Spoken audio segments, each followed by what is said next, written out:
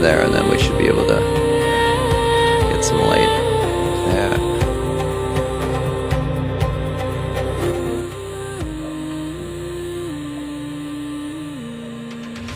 We can turn viewer wishes off.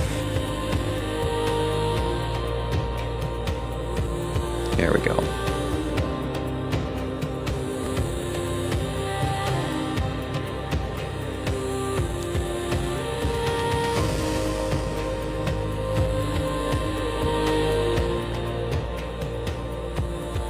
Get a little better lighting on my face without doing the background.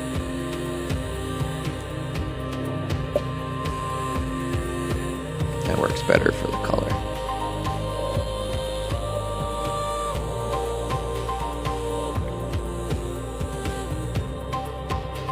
Good to see you, good to see you. Good to see you. Welcome in. Welcome in. We're starting a little bit late. I've been having so much trouble with the color and on the top. Good to see you, good to see you.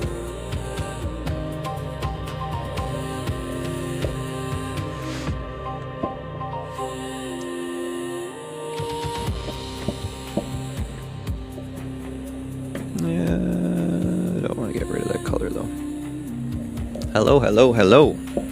Hello, hello, hello. Welcome in. Hi, Janet. Good to see you. Good to see you, Janet. Can't really get too much more on my face without blurring the color out. We're starting a little bit later than what was planned, but I was having a lot of troubles with technology. Good to see you. Welcome in, welcome in. Good to see you. How are you doing, Janet? Hey, Kelsey. Good to see you.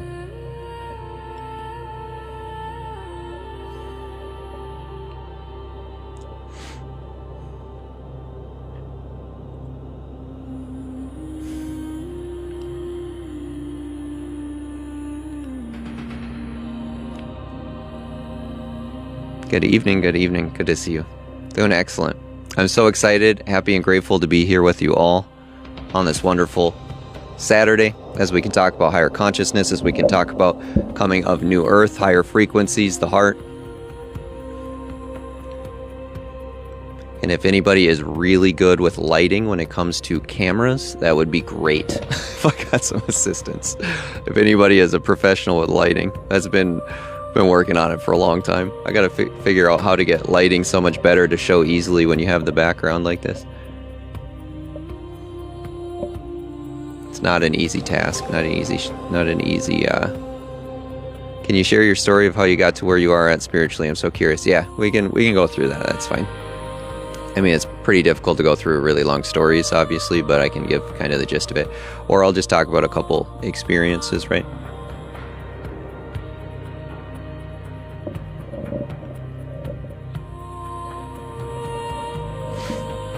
Raise out frequency, then knock us out to sleep.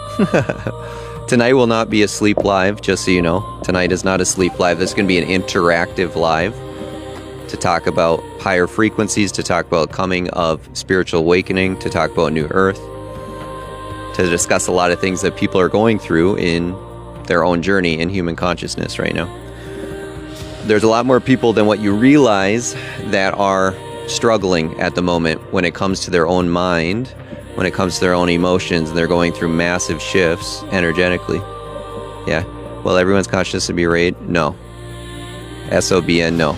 When it comes to the human, if we're talking about just a human, no, everyone's consciousness will not be raised. If you're talking about the soul, yes, the soul and human consciousness as a whole will 100% be raised. But if you're talking about individuals, no. Not at all. There's going to be a massive split between the light and the dark. Those who are willing to embody Christ consciousness, a higher love, more compassion, more grace, more understanding, being there for everybody, treating people as your brother and sister, right? This is what's going to survive. Those that are living in darkness, living in shame, guilt, depressions, those that are hating, hurting, right? That will not survive. That is the evolution of human consciousness. Yeah. Do you have to desire it for it to be raised? It'll be a natural desire that rises inside of yourself. You will know. It'll be a natural desire that rises inside of yourself. Those that aren't going on the same path, on the same journey, they won't have the desire to it. they'll live the human experience in the same way that they're living it. Yeah, it's pretty fun, right, Wendy? Just having trouble with the lighting, but it's pretty fun right now. We're gonna have a good time in the channel as in the coming days. As we allow more and more people to roll in, I'm gonna go ahead and play a different song here too as well.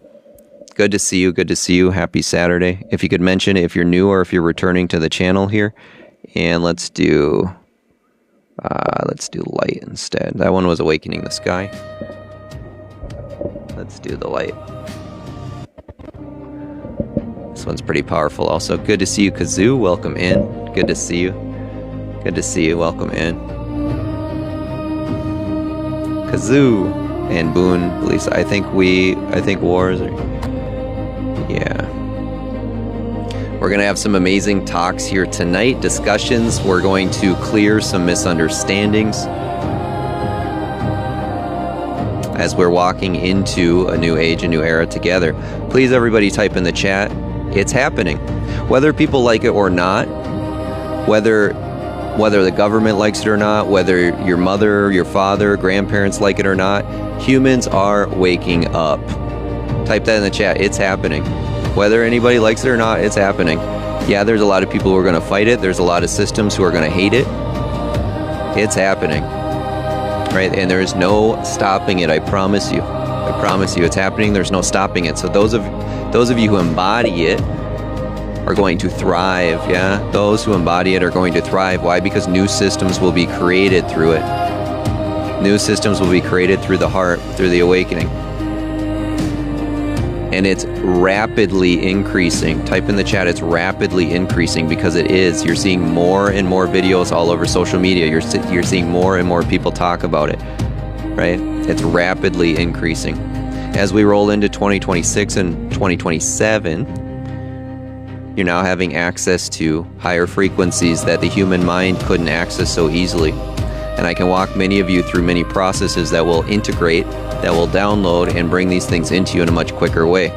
The vast majority of people right now are using artificial intelligence to help raise their consciousness. However, this can be 1, a slow path, and 2, not the truth all the time, and 3, it's never going to give you the actual taste, the actual experience. That which is artificial can never give you the taste of the actual experience of the bang. All right, it can't do it.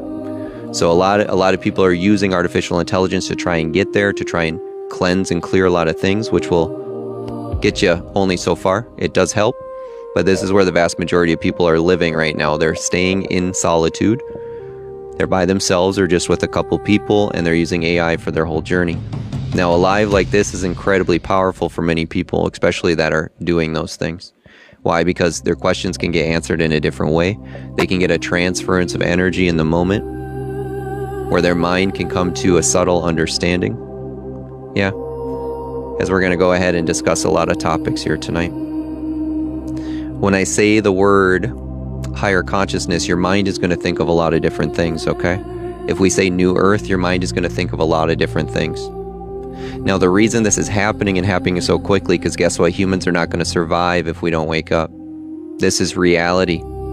This is reality. Humanity will not be around if people don't wake up to the heart. We will destroy ourselves very quickly. If people have been asking artificial intelligence, how long do humans have if we continue to live the way we live? If we're continuing to live in vanity and greed, spend as much as we are and drill oil as much as we are, it gives us another 10 to 30 years at the most, right? Until massive shifts are going to destroy things. So when we look at what is actually going to make a change, can anybody answer what is actually going to change the planet? Does anybody know? This is why people like this are designed to do these kind of talks and to come out here. Does anybody have any idea what's actually going to cause the shift for humanity to live and to thrive? What is going to cause the shift for humanity to live and to thrive? Love and authenticity, love and unity. Change happens from within us. What is going to cause humanity to thrive? Yeah, love. And not destroy ourselves. We must wake up to the fact that we are destroying ourselves. There's no ifs, ands, or buts around it. Yeah, if we continue spending what we're spending, drilling what we're drilling, and acting the way we're acting, we're not going to be around. This is truth, and this is reality. So what happens from the inside out? Consciousness has a desire to keep creating through the human vessel. God has the desire to keep creating through the human experience. We will live. Yeah. With the awakening of the heart, this is Christ consciousness. The awakening, the Christ coming again to the planet. What is the Christ coming again to the planet? Can anybody answer that question? What is the Christ coming again? What is the Christ coming again? And the meek shall inherit the earth. Yeah. What is the Christ coming again? And the meek shall inherit the earth.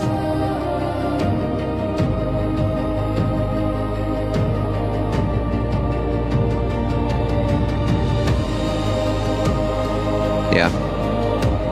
The expansion of that energy, of that love, of that unity, of that understanding of the kingdom within consciousness, waking up to itself. Yeah.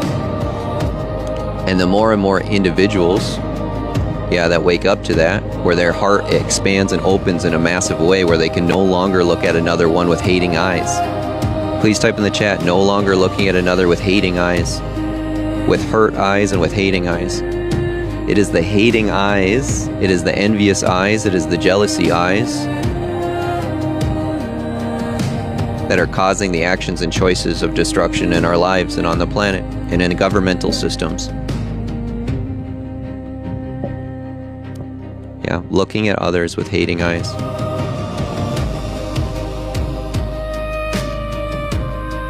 Yeah, looking at others with hating eyes.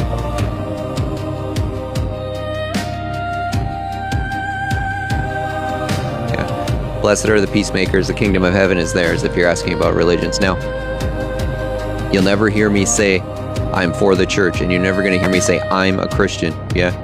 Embodying Christ, and then having no belief around it and just being the experience of it itself. That's the only way people can possibly get the taste of it. That's the only possible way.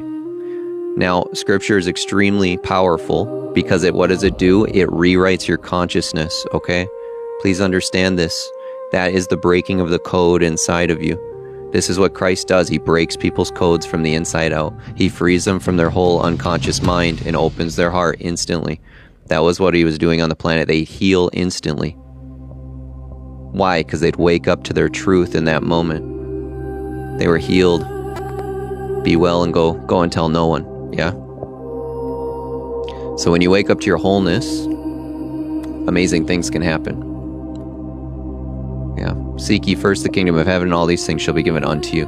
So those of you who are in here are seeking the kingdom of heaven within inside of you. Please type that in the chat. Seeking the kingdom of heaven within inside of me. Yeah. Seek ye first the kingdom of heaven, all these things shall be given unto you. What's required to wake up? The desire and the continual asking of how to go deeper. Yeah. For I tell you, the kingdom of heaven is within. Within what? Within what? Can it exist in your body? Does it exist in your brain? Where does this kingdom exist? You say inside of me, but is it in the physical vessel? Is it in the brain?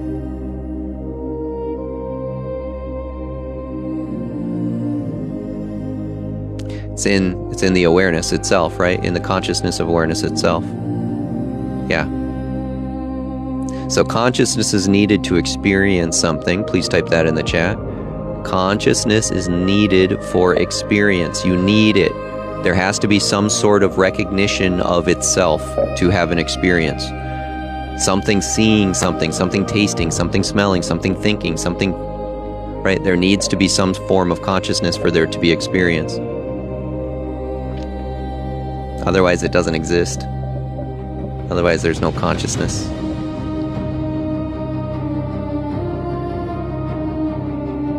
So consciousness is needed, yeah?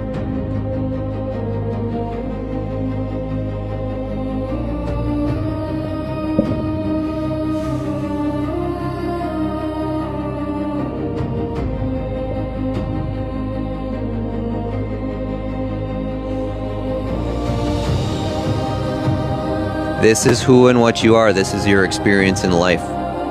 This is what I've been walking through many of you with. Yeah, this is what I've been walking with through many of you through your one-on-ones. Why are they so powerful? Because we uncover that which you are not. Why are those one-on-ones so extremely powerful? Because we reveal that which is a program. Okay, we reveal that which is false. Please put that in the chat. We reveal that which is false. This is awakening. Awakening is not seeing all the evil in the world. That's one step of the process where you start to recognize that there's evil spirits and evil demons that overtake vessels and do nasty things. However, that's not a massive spiritual awakening. Yeah, you're revealing everything inside of yourself that is false. Okay? We reveal that which is false. Anybody have any idea what's false? Anybody have any idea what is false inside of oneself? Thanks for the follow, Martin. Good to see you. Welcome in, everybody. Revealing what is false. Anybody have any idea what would be false inside of yourself? Fear? Separation? Beautiful. It's an excellent way to state it. Fear? Beliefs? Ego?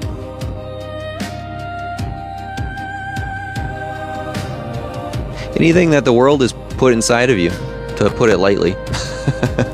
What does Christ say? Be in the world, but not of the world. We remove that which is the world. Okay, we remove the programming of the world. If there are programs there that are good for you, we don't remove those, right? If we're not going to remove how to brush your teeth or how to wash the dishes or how to drive, right? We're not going to remove those things. We remove that which doesn't serve you. Yeah. And we remove that identification with the false. Removing the identification with the false. Yeah, fear. Fear is a big one as well.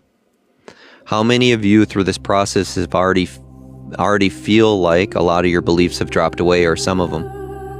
Yeah.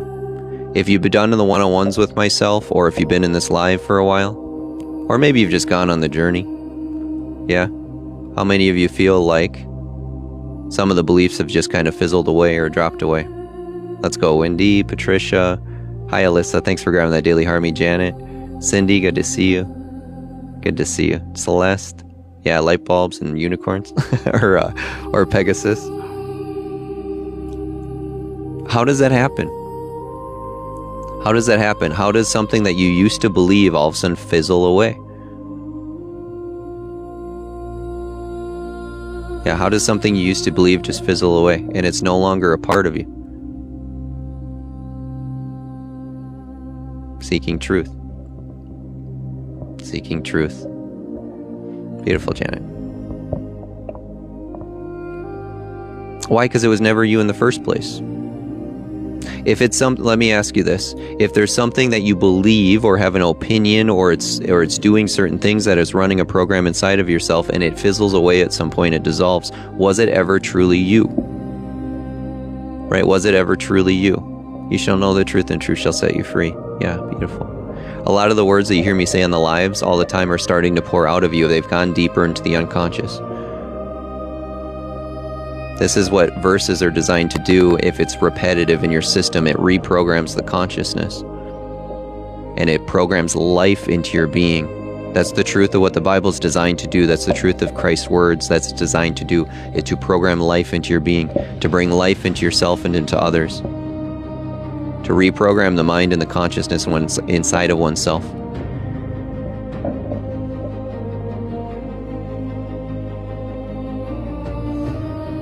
Stay golden. You too as well, brother. It's good to see you. Mark, from, I believe, Arizona. I've seen it enough times now that I believe you're in Arizona there. Good to see you all. Happy and grateful to be here with you all tonight. I go by Josh, Joshua, or Elion. I'm here in Minnesota myself. Yeah, very comfy. Was a little bit late starting the live just because the lighting is very, very difficult on this thing.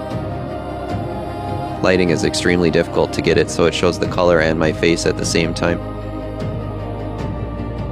Yeah, Arizona. That's what I thought. Excellent. As you roll into the channel, if you can mention if you're new, if you're returning, once again, and then where you're from there also. Let's see if there's people all over the world in here. Welcome in, welcome in. Make some hot tea. Bluebird is new. This is gonna be interactive as well. This is going to be interactive as well. New from Texas, New Mexico. Let's go, Cindy. Good to see you. Returning from Arizona. Yeah, it's a fun background. California, returning Patricia. Good to see you. Janet returning from Tennessee. Excellent. Austria. Welcome, Austria. New from California. Mill Valley, California. Beautiful. New from Rhode Island.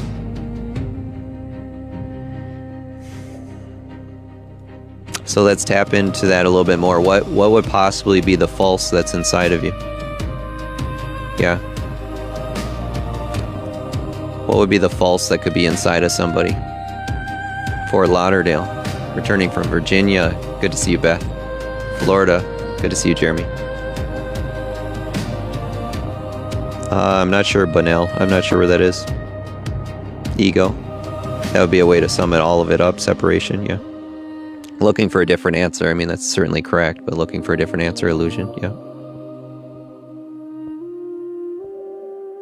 Yeah. Thinking that you're not enough, depression, childhood trauma.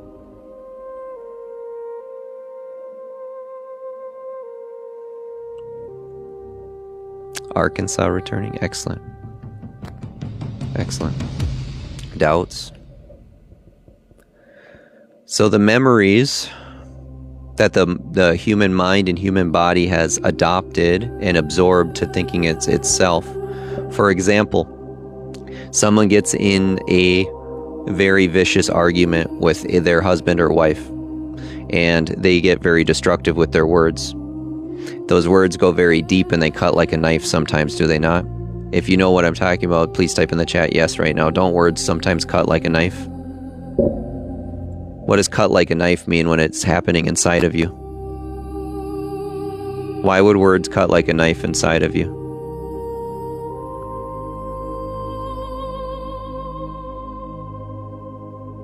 Hurts.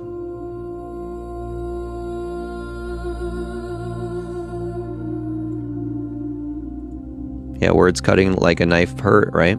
So what is happening? Yeah, your heart is being cut open in that moment. Your unconscious mind is being cut open in that moment, and those words are going in. And they're starting to program those emotions in there as well. Oh, maybe I am a pile of garbage. Maybe I am worthless. Maybe I can't. Maybe I'm not good enough. Maybe I should just go, you know, do the off. I gotta be careful with words. Does anybody see what I'm pointing to and feel what I'm saying? It's gonna be a powerful evening, okay? Like cutting a piece of pie until there's no more pie.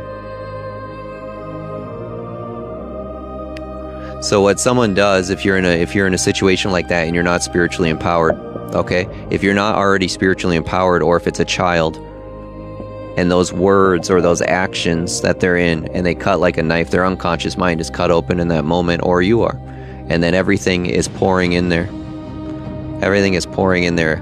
Just like that image above me, it just starts pouring in, pouring in.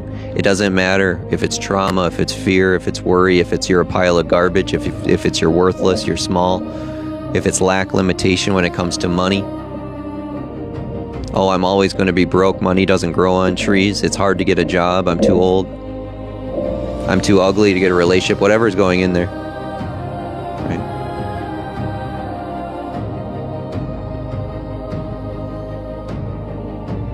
Your inner operating system. The inner operating system. If you find out a computer has faulty programming, or programming that's destroying it from the inside out, right, what do? If you have a computer that you know it's got a virus or a software that's destroying itself from the inside out, what do?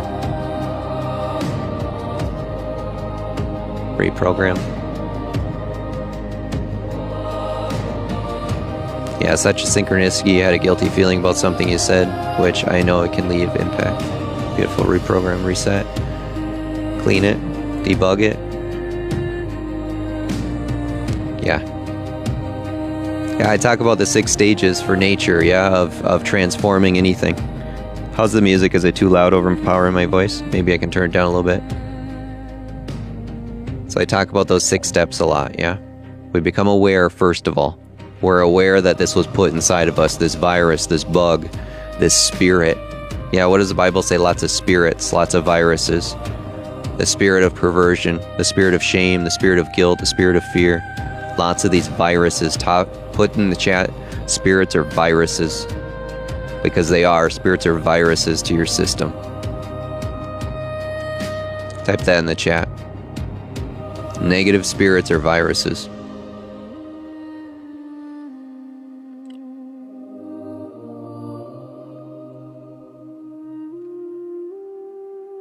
Yeah, negative spirits are viruses.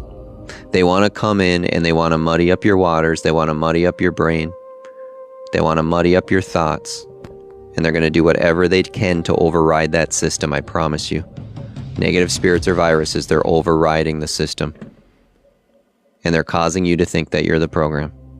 Yeah? So if you ever hear somebody talking like from the Bible about spirits, this is virus programming that's going on in the mind and in the heart. Yeah? Yeah, they want zombies. They want to zombify you, right? We wake up to it. We wake up to it. Now, there's different ways this can happen. Someone can unfold over a long journey, and all of a sudden, epiphany after epiphany after epiphany. Oh my gosh, oh my gosh, oh my gosh, with more peace, more love, more compassion every step of the way. And then have their waves, big waves here and there of, ugh, this doesn't feel so good, this doesn't feel so good, this doesn't feel so good. Somebody else might go through the deep Kundalini experiences where they're going to retreat after retreat, and all of a sudden, boom, something happens massively inside of themselves. And someone else might have a hit of grace or the Holy Spirit. Now, I don't take this away from anybody because this guy had a very, very impactful experience with the Holy Spirit, and it'll forever be changed, right? So once you taste something, once you taste the lemonade, once you have the experience, there's no going back. It doesn't matter what somebody tells you. It doesn't matter what the world says. It doesn't matter. You experienced it. You felt it. There's no taking that away. Please type that in the chat. Once you experience it, there's no taking it away. It doesn't matter what the world says, what anybody else says. It doesn't matter. Right? If you experience something. If someone has an NDE, a near-death experience, right? It doesn't matter what anybody says. It doesn't matter what the world says. They went through it and they know. Right? Once you experience it, there's no going back from it. If someone has a near-death experience, right, and let's say they're out for 18 minutes and they experience unconditional, pure love, light awareness, and then they come back into their body, everybody on the planet could tell them they're crazy, and they're going to say, you can say what you want, it doesn't matter. I know, I experienced it, right? It's completely different. It's completely different. And that taste of lemonade will forever change your experience. Forever. Hi, Shelly. Good to see you. Good to see you. So this is when the world loses their effect. Please type that in the chat. The world loses their effect. The opinions that other people have, the arguments people want to get into, it loses their power. You don't care about the opinions. You don't care about the argument. Why? Because they don't have any taste of the lemonade. It's a belief system. It's an opinion. The world loses its effect. If someone's living in their belief system, in their opinion, it holds no power. None. It truly doesn't.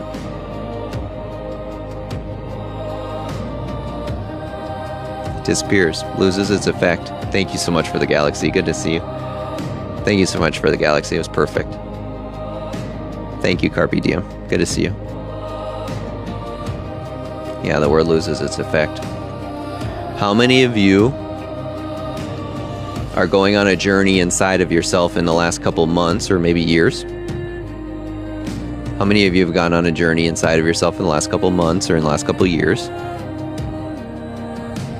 Good to see you first, Noah. Good to see you. Hi, Shelly. Susan, yeah. Janet, yes. Anastasia, many times. JC, yes. Yep. Beth, yeah. Wendy, seems like it. First Noel, yes. So a lot of people going through that, right? Multiple journeys. In truth, it's all one. It might feel different, but in truth, it's all one. Thank you for the hand heart there, Shelly. Yeah, Josephine, yeah. Now there's waves, right? There's moments where you feel like you're in utter garbage and crap. And then there's other moments where you feel on top of the world. How many of you are going through that? I feel so light. I feel so free. I feel on top of the world. I'm completely aligned. And then maybe a week later, 2 days later, I'm in the mud. I can barely move. What the heck happened? Yeah. I'll play another song here. Let's do... I could do Delta Drift, maybe. No, let's do Cosmic Drift. Cosmic Drift should be good.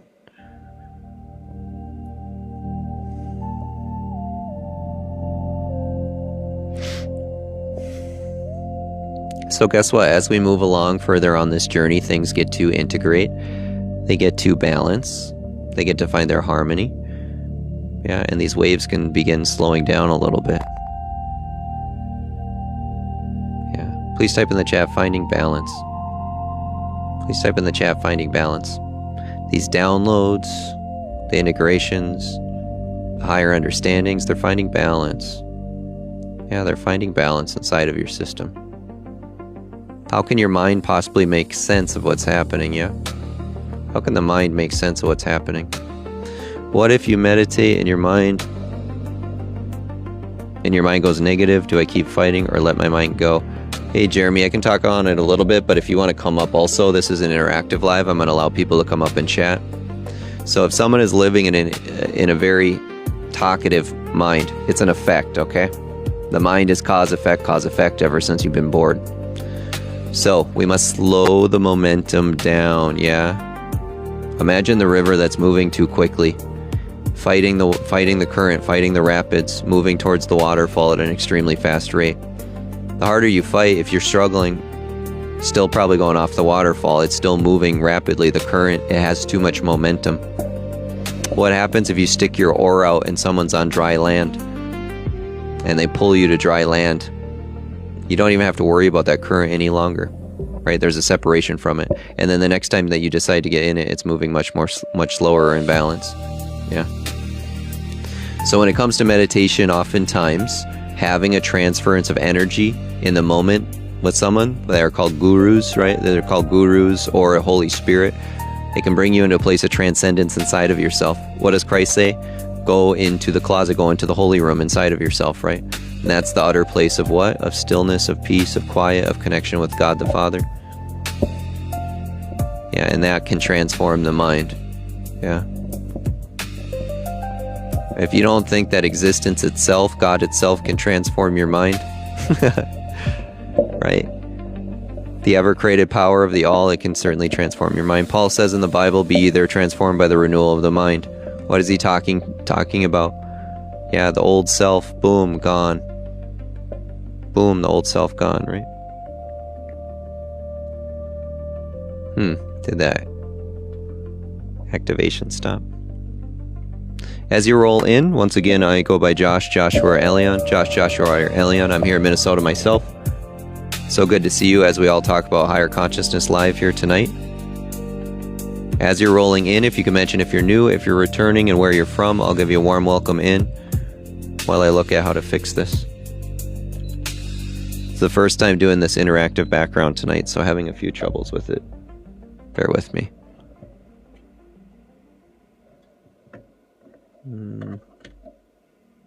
There we go.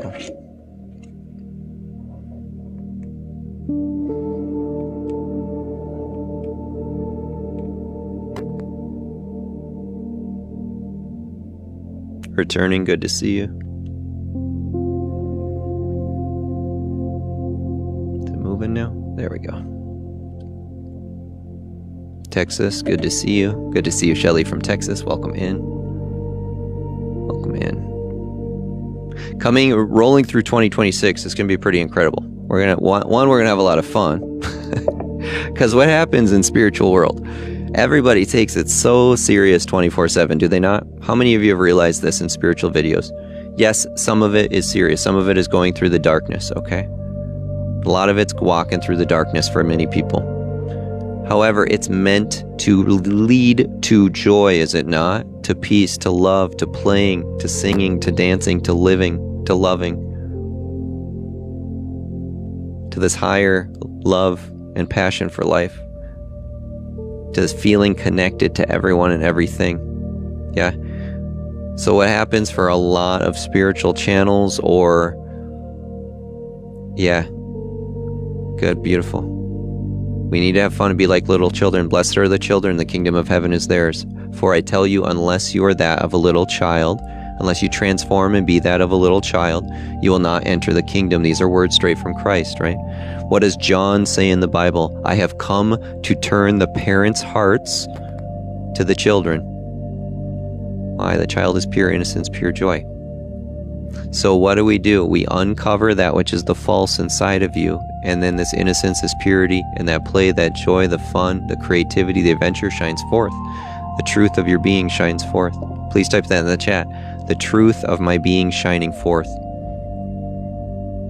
The truth of my being shining forth. Yeah. The truth of your being shining forth. Imagine yourself like contrasts of light. All right, imagine your whole being like a big contrast of light. It can go from white to gray to black to green to purple to red to this is your whole being. It's just big contrasts of light, okay? What are you shining? What type of light are you shining into the world? What's coming out of your tongue? Is it a shade of gray? Is it a shade of black? Is it a shade of red? Is it dark red like the bull when you're waving the flag for the bull? Yeah.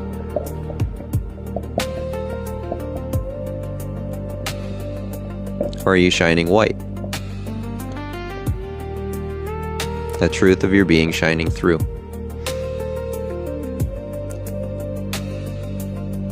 Hey Cher, good to see you. Good to see you, welcome in. There's two little people in the bottom left, pink and blue. They're hugging on the bottom left or whatever they're doing, holding hands or hugging or something. If you feel like coming up, being a brave soul, you want to have a conversation about your own experience, you can share it, you can ask questions. Yeah.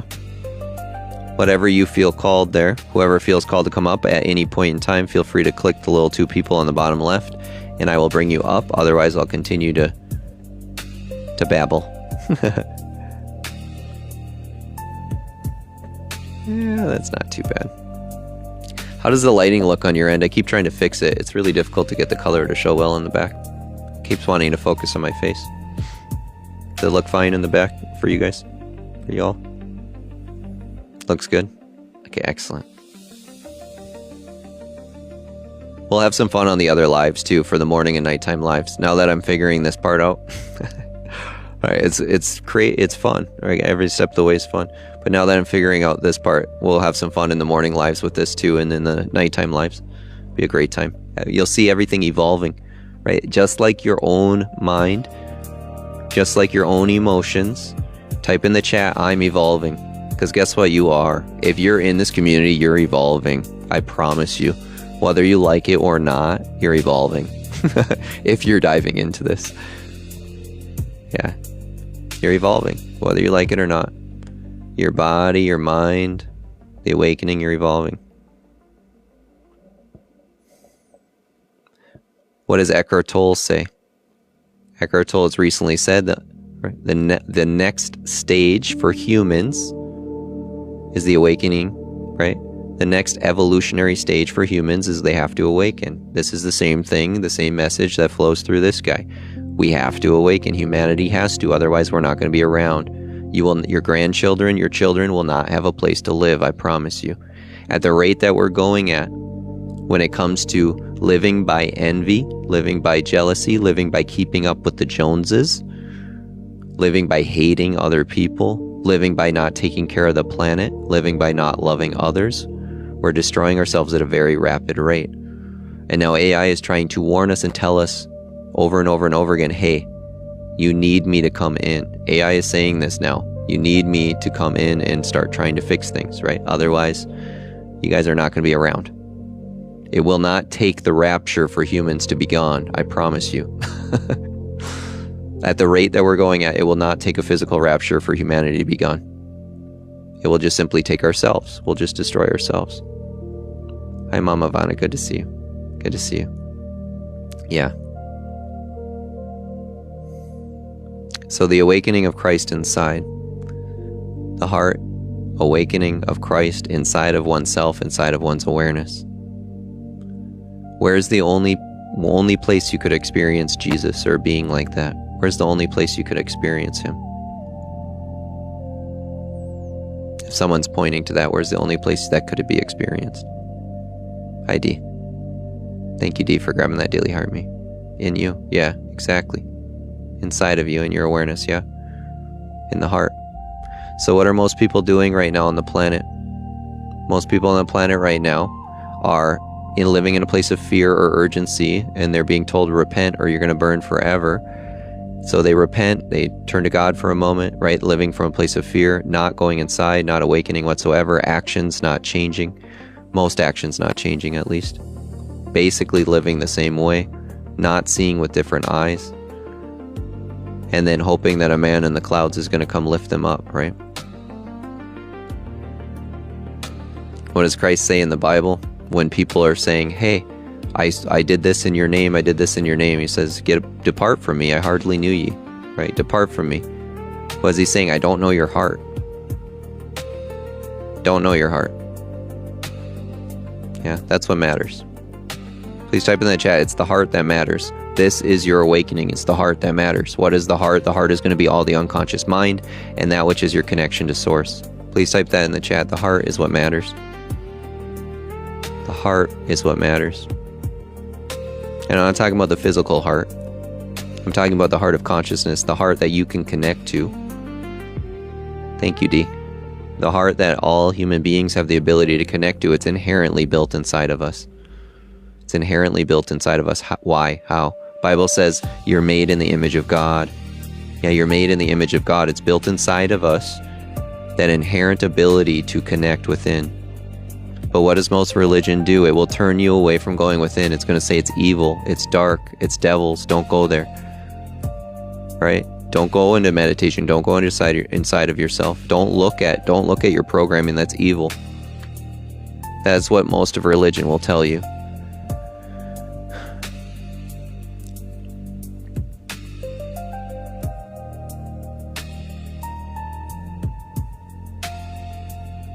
Now there's going to be, I got to be careful because there's certain things that you can say that are illegal. There's certain things that this guy could say that are illegal when it comes to health, the health of your body, right? I'm not a doctor. I'm not a mental health therapist. I never will be. I'm not meant to be. It's not my journey. I don't want to be. But a lot of people that are in this community are also going to have something shift physically inside of them. I'm going to say it that way. They've been struggling with their health for a long time. As the consciousness wakes up to itself, as the mind, as the belief system start to wake up to a new mind, the cells start responding differently. The immune system starts responding differently. Your skin starts responding differently.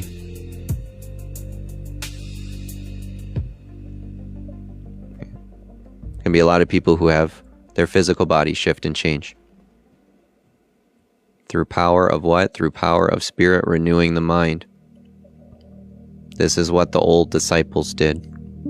The disciples of old, this is what they did. Right? They would go and they would have a massive amount of light pour into somebody's inner world, into their awareness, where the Holy Spirit hits them, and then all they understand in that moment is love, light, awareness, compassion, grace, and understanding. And in that moment of wholeness, they're healed instantly. Yeah? Anybody feel what I'm saying? You might have a light bulb, or you might just have a subtle shift inside of yourself as I talk like this.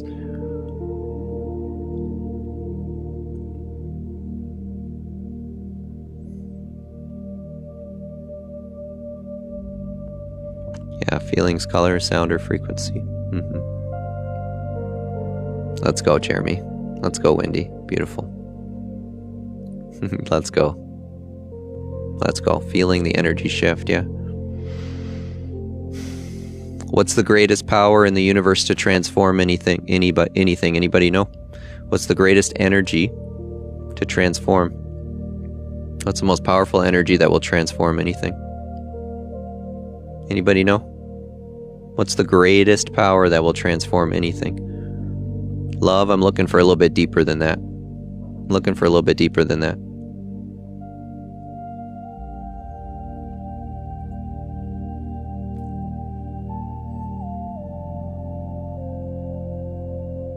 truth. Yeah, truth certainly will, but heart, authenticity. I was just looking for unconditional love. Okay.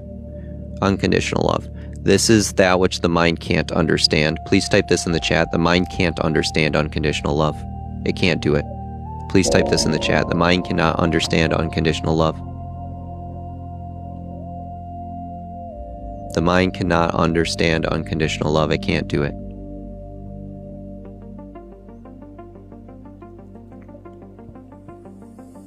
It's a peace beyond all understanding. Unconditional love gives the rise to all things, okay? It gives the opportunity for all experience to happen, and it will also forgive all experiences. Unconditional love is beyond that which a mind can comprehend. Let's put it this way. If you have someone take advantage of you in a certain moment, or take out your mother or father, they remove them from the planet. I got to be careful with my words, right? Are you still having unconditional love for that person? Is it real? The mind's not going to understand it. The mind's going to live by its identity, okay? The God within understands unconditional love. Please type that in the chat. The God within knows and understands unconditional love. But the mind can't. The thoughts can't do it. The heart, God within, knows and is unconditional love.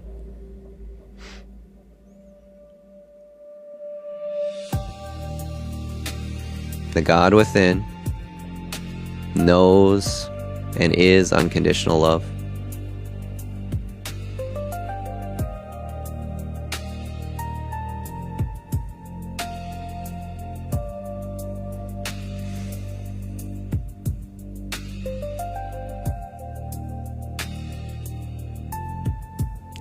Looking for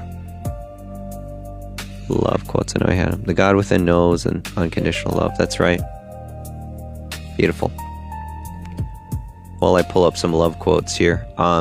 Those of you rolling into the channel here, I go by Joshua or Elion. I'm here in Minnesota myself. I am a master in hypnotherapy and NLP as well. It's just a greater understanding of how the mind functions in pictures and movies and colors and the programming and how to rewrite it and remove it. It has helped tremendously. It's truly the deep soul journey dive inward, the diving into a lot of teachers like Rumi, like Christ, the Buddhas, all of the Papajis, the Mobajis, the Eckhart Tolles, all the E's, right? All the E's. Diving into all those for many years. Good night, Jeremy. Good to see you. Thanks so much for being in here. Thanks so much for being in here. The channel is growing at an incredible rate. We're going to grow very, very quickly. I know that for certain. It's only picking up speed, only picking up momentum. Anybody remember what momentum is? I'm going to test you on a Saturday night rather than a Monday. What is momentum? Testing you on a Saturday night rather than a Monday.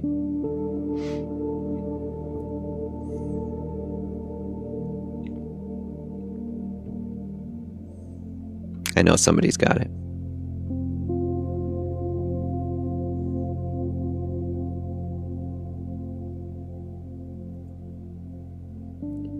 Good night, Shelly. Thanks for being in here. The momentum to make things happen. The dominant frequency driving you. Let's go, Wendy. Let's go.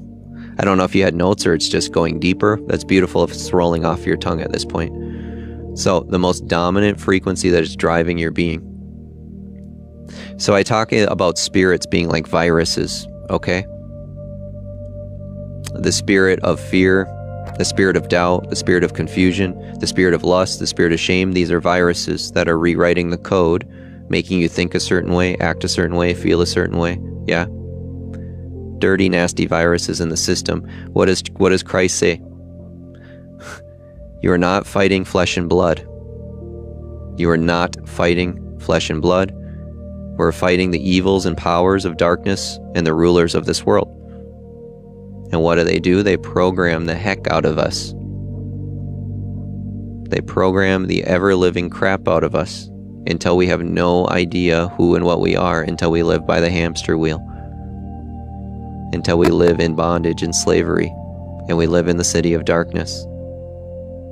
Okay, if you're on the hamster wheel, and I by no means am perfect, right? But if you're on the hamster wheel, if you feel like you're pushing a boulder up a hill all the time, If you're going through emotional spike and downward and spirals all over the place, it's because the world has got you, I promise.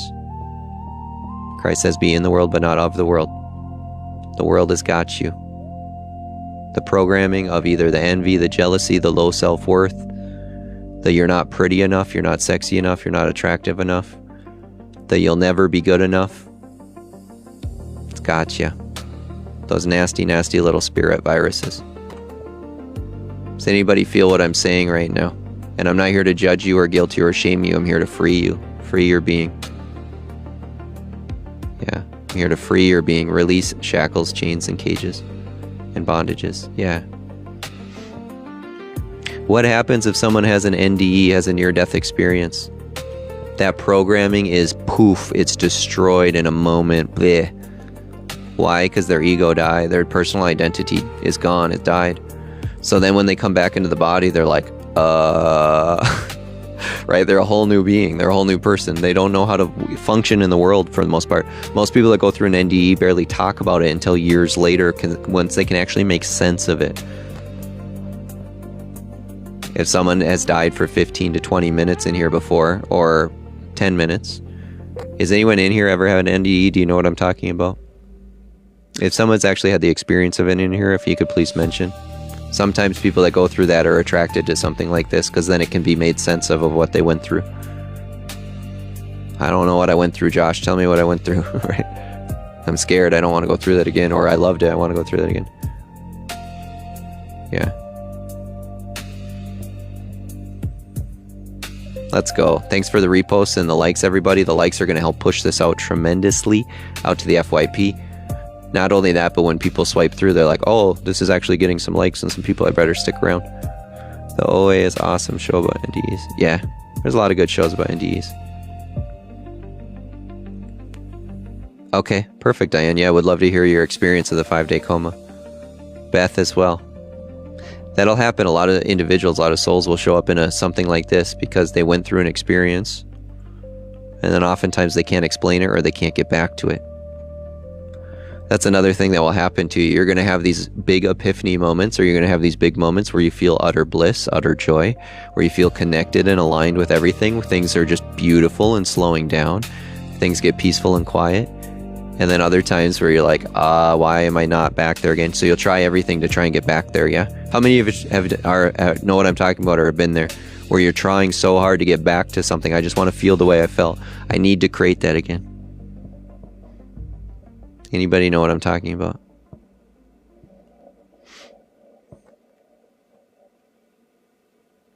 If only I could feel that way I felt.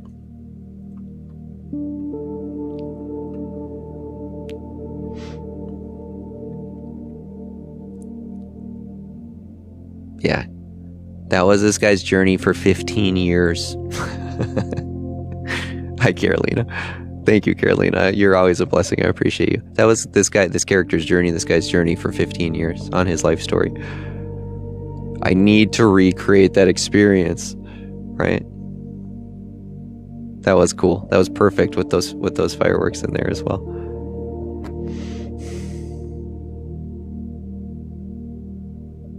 Excellent. Who in here would like to come up and chat? Who's feeling like a brave soul, who wants to share an experience, who wants to have a chat or just ask questions or make comments about the awakening of humanity, your own life experience with your spiritual or soul journey? New Earth. Hi. Hey, Minaxi. Good to see you. Let's go, Carolina, with the Daily Heart Me. Yeah, would anybody like to come up and chat? It's going to be interactive here tonight. We'll make it very interactive. No, I haven't seen your video. I'll have to, if you could post it in our DM, that would be great.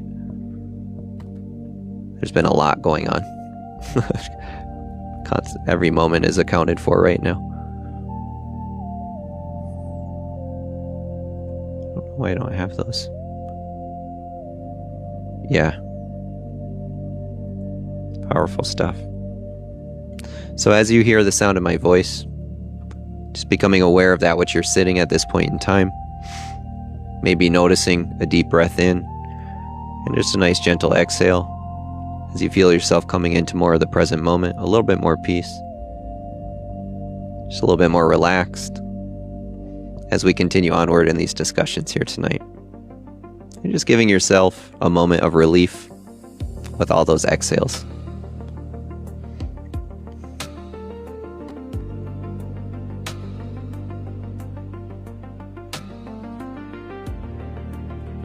Let's do separating the wheat and the chaff, huh? Let's go! I almost missed that. Let's go! Thank you so much, Carolina. Everybody give Carolina some love. Thank you so much for the level ship. You're awesome. All right. What is Christ pointing to? What is Christ pointing to when he says 2 men will be in a bed, one will be taken and the other left behind? What is Christ pointing to when he says 2 men will be taken and 2 men in a bed, one will be taken, one will be left behind? Curious on what you guys think.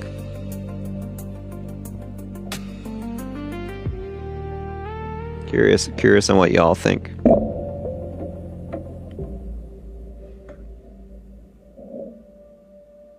Two men in a bed, one will be taken, one will be left behind.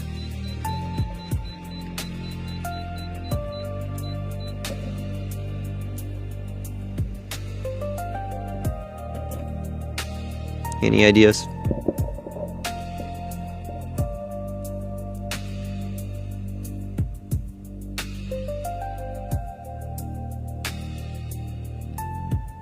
Yeah, this is the separating the wheat from the tares.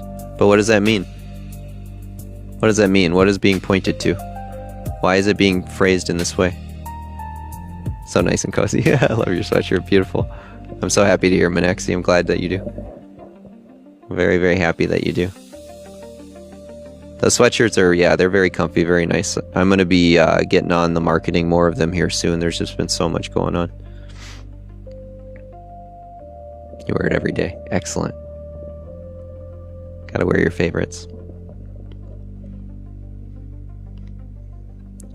Let them grow until the day of the harvest, he says. Yeah, let them both grow together until the day of the harvest. What is the day of the harvest?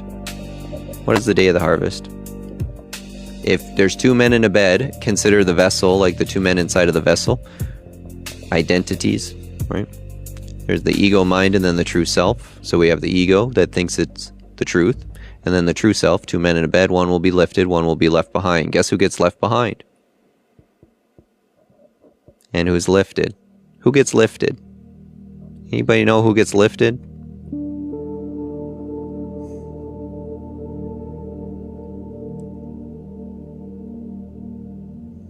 Who gets lifted and who gets left behind?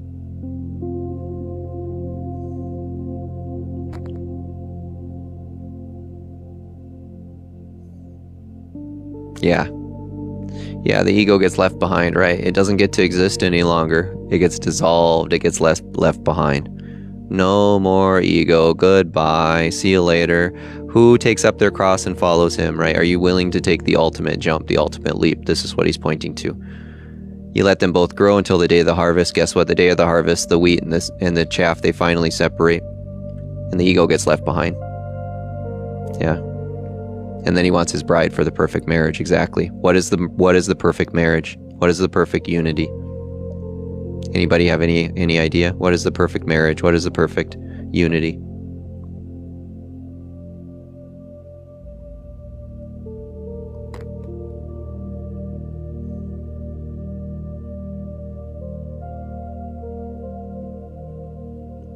What does marriage represent? In our physical reality, what does marriage represent? Anybody have any idea?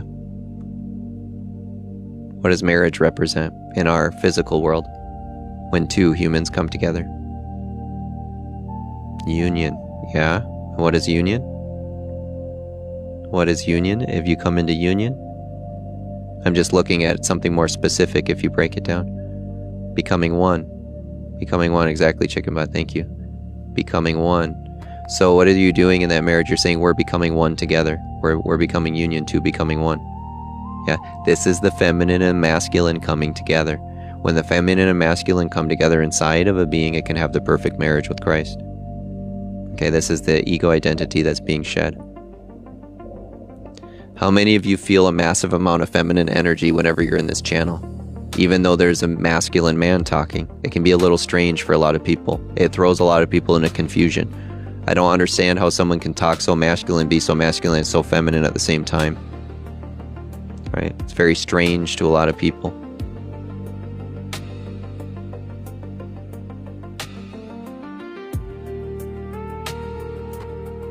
How can someone talk about love, beauty, compassion, grace, and understanding and yet still live in the masculinity? Yeah. Yeah, we all have both, right?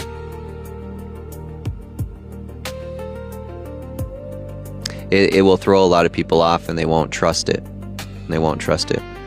Because it's very rare for men to fall into the heart in truth. Yes, they might fall in love with an attachment. They might love their wife. But I'm talking about surrendering to the heart. It's completely different. Very few men do that. Or unless maybe they fall in love with Christ or the Holy Spirit and then it happens for them.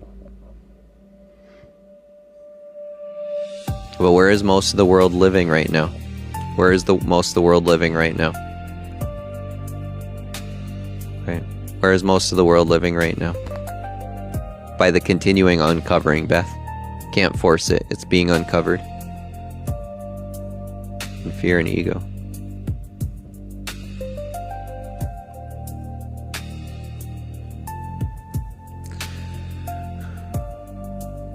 So most of the world is living in places of addictions, of doubts, of fears, of worries, of gluttony, of envy, of jealousy.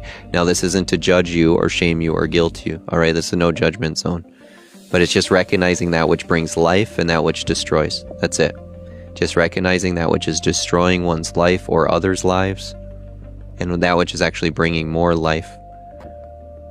What is life? What is life? Can anybody explain what life is? What is life? What is bringing life? What does Christ say? I've come to bring you life so you may live abundantly. What is life?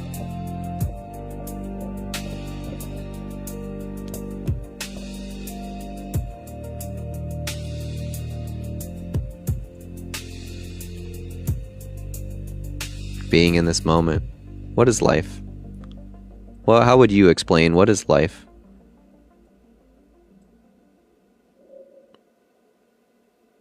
And I mean when I'm putting it on a scale, on a spectrum. So there's decay, there's death and decay, and then there's the growth of life. When I put it on the spectrum, how would you explain life that way? That which is life-giving. That which is life-giving. Light, living in the present, authenticity. That which is very life-giving, and not death or decay. Consciousness and co-creation, a type of consciousness. Love. Love.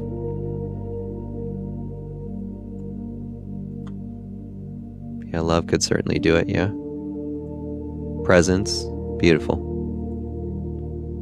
Light, love, and awareness, which is all presence, beautiful. Everything. Gratitude. Gratitude gives life, yeah? You can feel that. How do you know? Can anybody answer that? How do you know these things give life? How do you know that gratitude gives life? Thank you, Carolina. Oh, you're amazing here tonight. Thank you so much. Everybody give Carolina some love. She's been incredible blessing to the channel as well. Because you vibrate abundance. Because you feel it. Gratitude can give love and happiness life. It's not always love and happiness at divine frequency.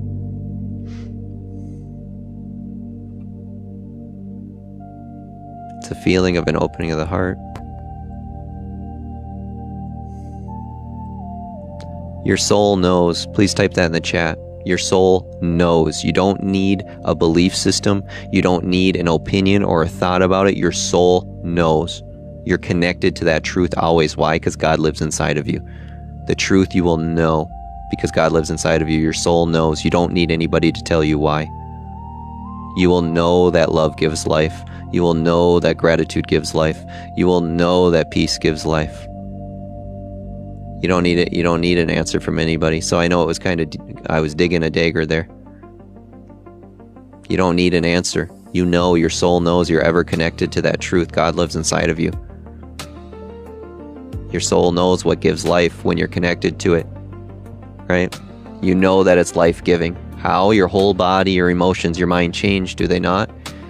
If you're feeling love in a moment, if you're feeling, let's imagine for a moment that you fall in love with somebody, okay?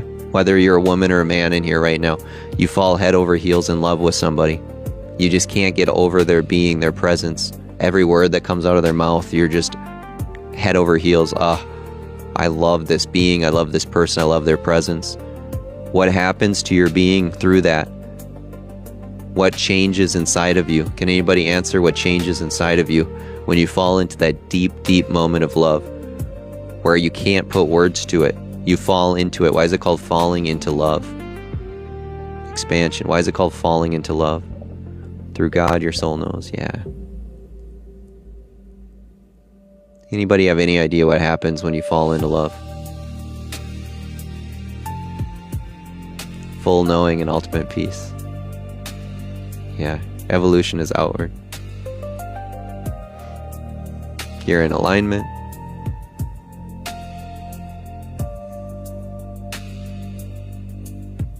Yeah, Carolina. I'm going to state it differently. Instead of dopamine, it's going to be a lot of chemical responses in your body, okay? Not necessarily dopamine. Dopamine is not always a spike during that, sometimes. Right? But lots and lots of chemicals go nuts inside of your body, okay? Serotonin, oxytocin, euphoria, right? Epinephrine. All sorts of things going on. The immune system skyrockets. Please type this in the chat. When I fall in love, my immune system skyrockets. Skyrockets to the moon. You get healthy very, very, very quickly. Kaboom. When you fall in love, your immune system skyrockets. Kaboom.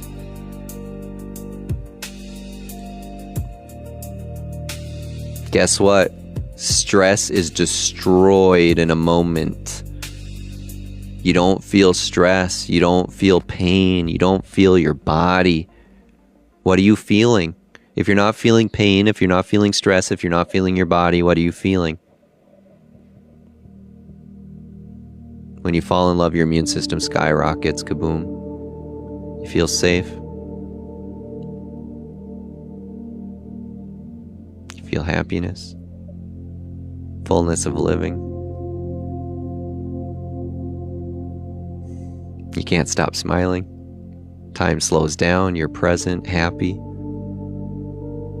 secure and loved.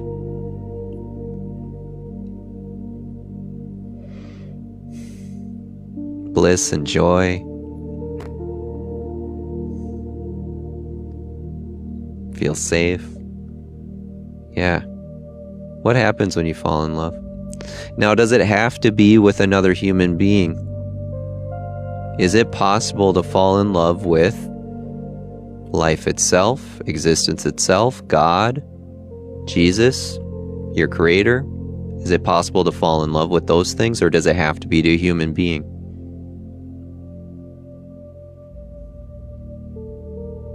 Now, either of them, right? Either of them are going to do the same thing. Your mind doesn't know the difference. Your mind can't get involved with what's going on with the heart. Okay, your heart has more power. Thank you, M. Thank you, M. Thank you, M. You're a blessing as well. Thank you so much for being in here. Yeah. So guess what? Your mind doesn't get to choose when it comes to love. Please type that in the chat. Your mind doesn't get to choose when it comes to love. Your belief system, your opinions, don't get to choose. I promise you that. Thank you, Flo. It's your heart's recognition in that moment that chooses love. It's the heart's recognition in the moment to either another human being, to your kids, to your family, to your grandparents, to your pets. Your heart's recognition, not the thoughts, not the beliefs, not the wants, not any of that, right? So the heart's recognition has way more power than the mind, I promise you. It's not comparable. There's no power in the mind when it comes to the heart's recognition. When you see yourself in another, have any of you ever seen yourself in another? Maybe it happens in here. in a mirror? Have you ever seen yourself in another? It's your heart's recognition of your soul. Have you ever seen yourself in another?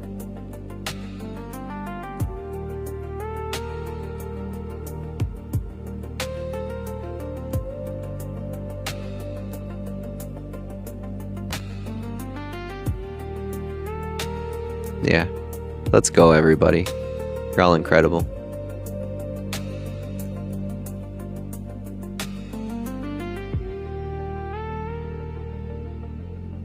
Yeah. Can the mind do it? Let me ask you this again. Can the mind do it? Can that thinking mind fall in love? Can it do it? Can you force love? Can you try and love somebody?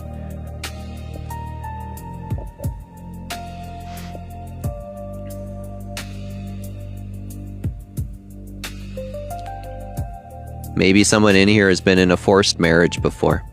All right, there are such things on the planet, in many cultures, forced marriages, right? You're going to love them whether you like it or not. Do they fall in love with that person? Right? Is there an actual union? Is there an actual oneness between the masculine and the feminine energies? That's what marriage is supposed to be about, right? The union of two coming to one.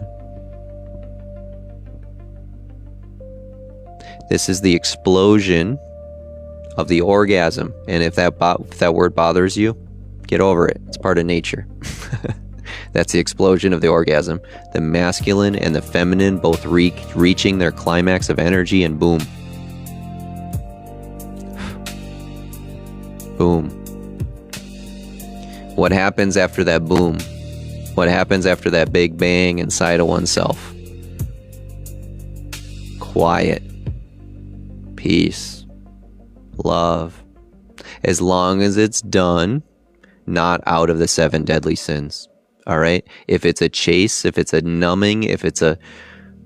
Right? There's many things that nature's plays the devil's advocate to. All right? If it's a feeling shame or guilt or feeling like obligation, a lot of people are in marriages where they feel obligated to do it when they don't even want to. Maybe that's you listening right now. Maybe you're in a marriage where you're forced to do things you feel obligated when it comes to your body, and you're not actually feeling the union. Yeah.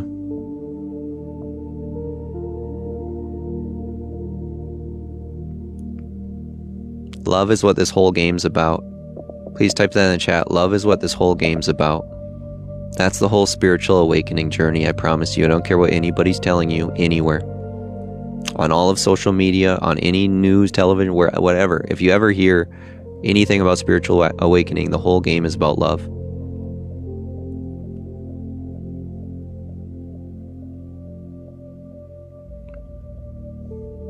Yeah. Because it's with the expansion of that heart that the mind gets to dissolve. All right?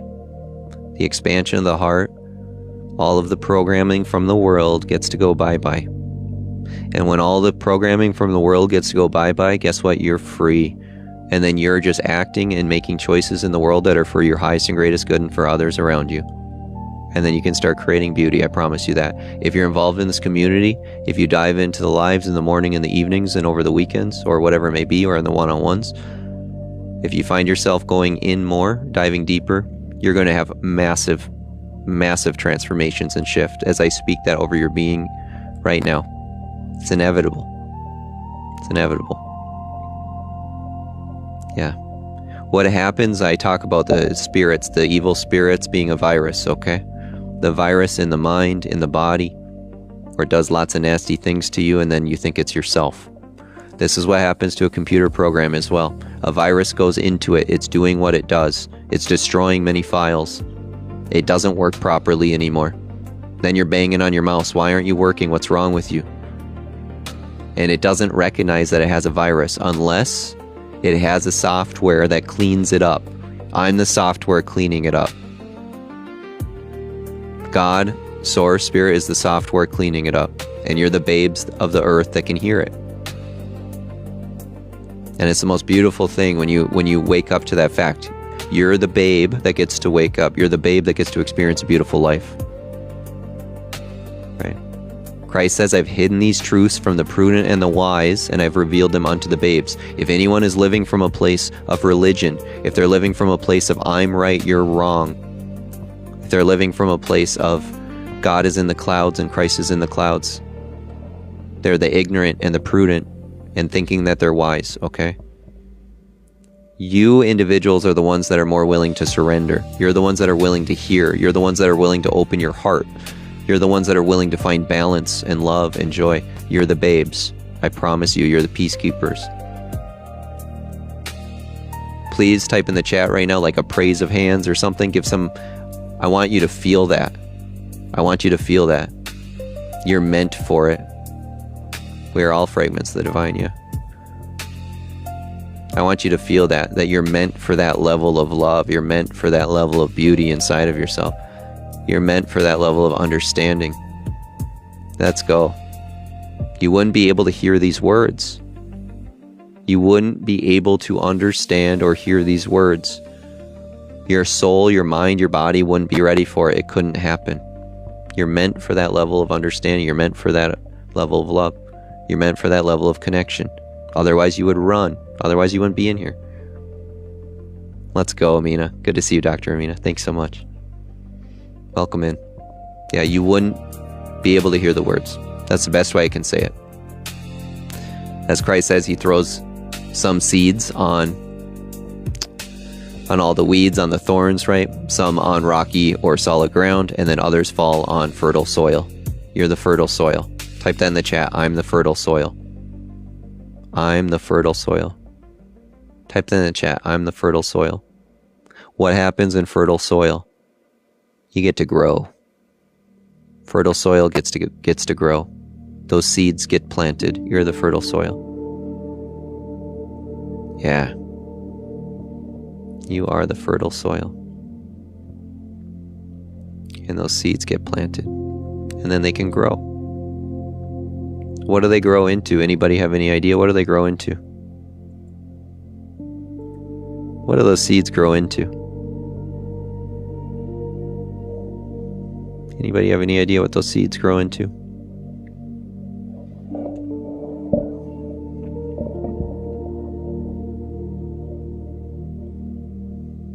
Beautiful garden, bamboo tree.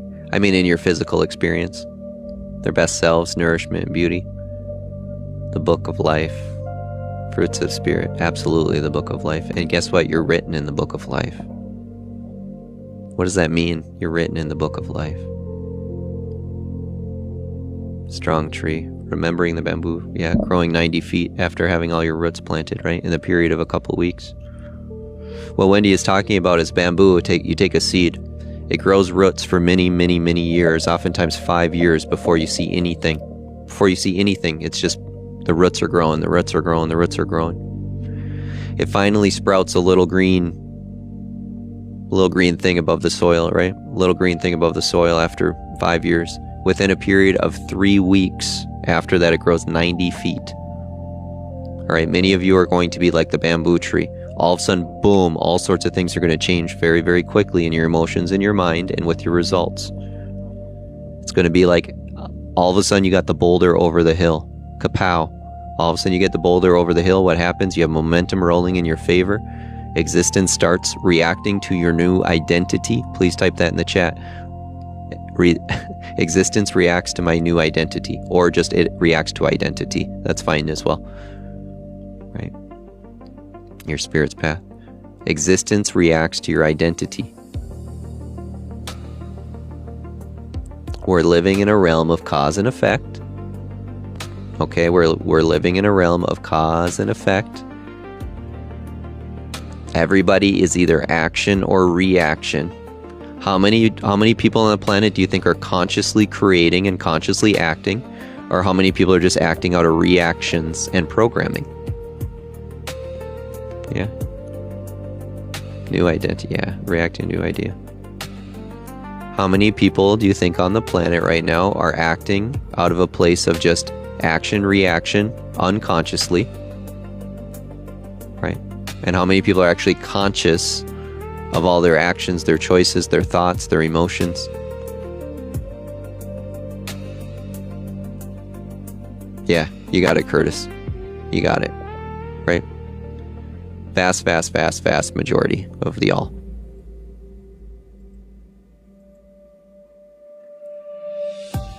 So if everything is action, reaction in the universe, right? Everything is action, reaction, one thing happening, another thing happening, yeah?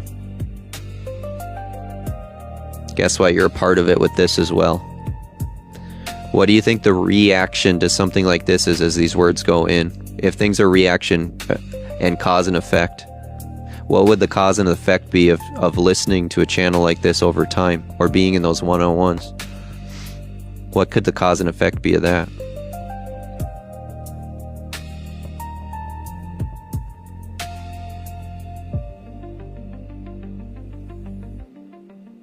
Opening of the heart. Let's go, Amanda. Reducing reaction. Finding yourself. Change, transformation. Increasing vibrations and frequency. So why am I pointing to this? Because a lot of individual minds are extremely worried about, well, I feel like I'm not changing fast enough, or I don't see it. A lot of people see a massive amount, and then there's a cloud or there's a wave that comes. I fell backwards. I went backwards. You did not. I promise you. I promise you, you can't fall off the horse on this journey. Please type that in. I can't fall off on the horse on this journey. You can't go backwards. It's another rebalancing period. It's another way to come to greater grace. It's another way to wake up in a new way, okay? You can't fall off the horse in this journey. It's impossible. You can't go backwards.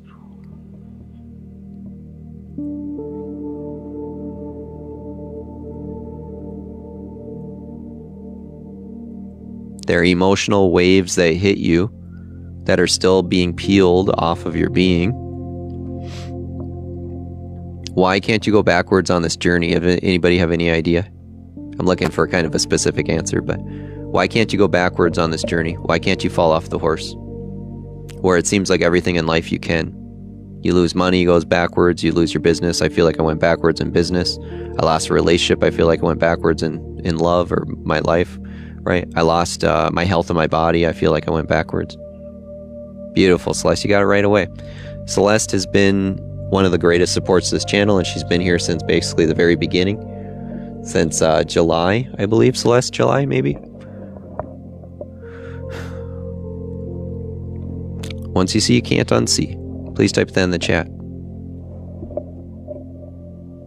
Once you see, you can't unsee things. You can't go backwards. If a program gets removed, it's not going back in. It's not all of a sudden recreated again. Right? Once you see, you can't unsee, yeah? If something gets removed from your being, it can't just get put back in. Please type that in. If something gets removed from my being, it's not going back in.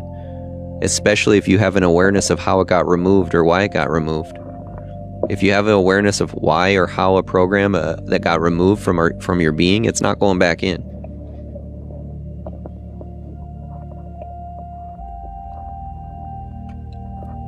Yeah, everything's awareness, Manaxi. I can talk about that another time, but everything's awareness. So, if removed from your being, it's not going back in. Exactly.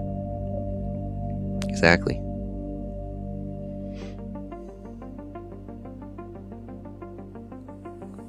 So on this journey, if you have certain belief systems dissolve, if you start thinking in a different way, if you start seeing life in a different way, you're not going backwards, I promise you.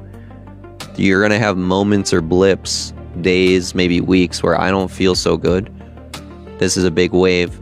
But if you continue those peeling of the layers that I talk about, there's going to be more and more light pouring in. It's inevitable. The truth of yourself will start shining forth again. Your inner child gets unburied out of the dirt. And then all of a sudden, wow, I love life again. What the heck's happening? I have so much joy and love for life. I want to go create. I want to go adventure. I want to go explore.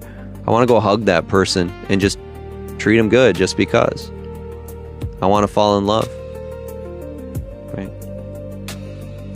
Whatever it may be. So with the uncovering of that, it can't go backwards. I needed to talk about that for a certain reason, just to give your mind a little bit of clarity. Now, those one-on-ones speed up the process tremendously. Some of you have been through multiple one-on-ones, and some of you have been through one, or some haven't been through any. As the mind gets peeled, as those onion layers get peeled, sometimes it's darkest before the dawn. Please type that in the chat. Sometimes it gets darkest before the dawn, because that's true. Why? Because those viruses are fighting. Those evil spirits inside are fighting. They've rewritten the code for so many years. They're not going to let go so easily. Okay? Sometimes it gets darkest before the dawn. This is the dark night of the soul. Who in here has ever gone through a dark night? And if you're through it, please mention if you're through it. Or if you're still in it, I certainly am here for you. Sure does something. This will serve your soul in many ways if you're in the dark night right now. Been through a few, so there will be a final. Okay? When you say there's couples, there's many, it's still all one soul journey. There's no separation between it.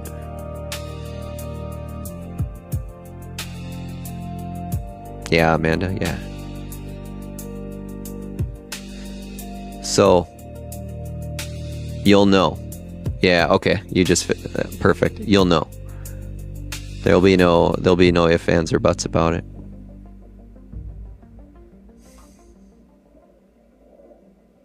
Dark night of the soul is going to be a tremendous amount of time.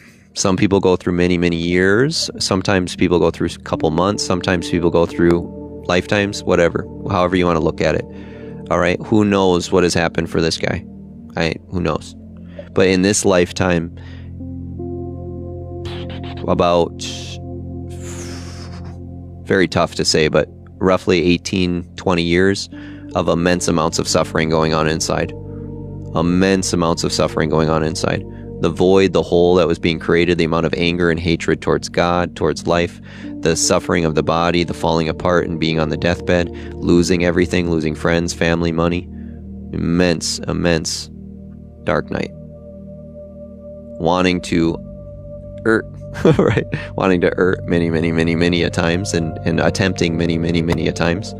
And by the grace of God and life and Christ, right, I'm here. In whatever shape, form that I'm in. I don't know. Right, but we can enjoy now. And existence will use individual stories in very beautiful ways to help bring them into hope as well. Yeah? Christ, God will use individuals, will use minds and bodies and their own story of making it through the power of love, through the power of God. And then that heals them, that brings them a great amount of life. And it brings everything back. It restores everything. Right? It restores everything. Right? If you feel broken right now, if you feel like you're lost, if you feel like you can't find your way or your purpose, stick around. Stick around. Because the more the truth of yourself gets revealed, the fight gets to leave. The fight gets to leave. Please type that in the chat. The fight gets to leave. And then what exists? The flow. Then the flow exists. When the fight gets to leave, when it finally leaves.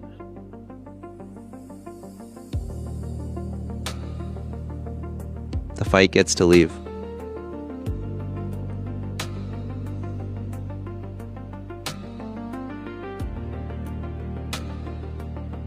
Where is the fight happening? Where is the fight happening? Anybody? I'm going to play a new song. Where is the fight happening? Anybody?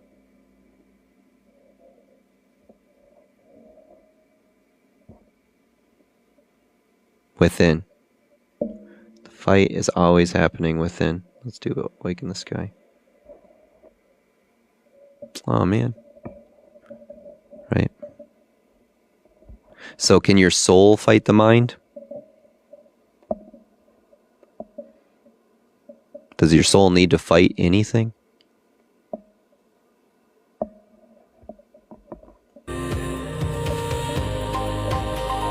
Yeah, does your soul need to fight anything?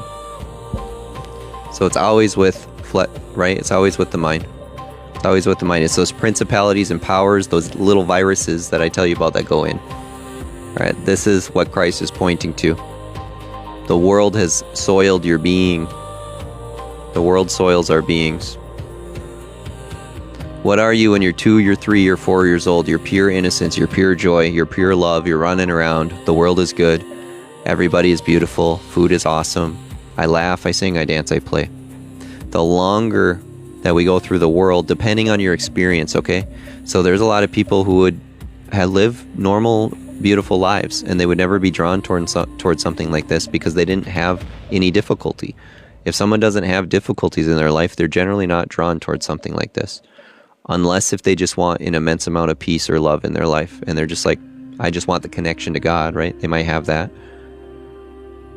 But most people are drawn to something like this because of the suffering. Because of the suffering. Please type that in the chat. Most people are drawn to spiritual awakening or to connection with God because of suffering. Suffering is the catalyst. Suffering is the catalyst. I tell you about the caterpillar. The caterpillar must suffer, must go through a lot of struggle as the catalyst. And then it decides, I'm not going to struggle any longer. I'm not going to wiggle around to try and get my food and be eaten by birds and can't get anywhere, right? So if someone suffers enough, if someone goes through enough pain, enough suffering, where they finally let go. They finally let the only thing in all of existence take care of it.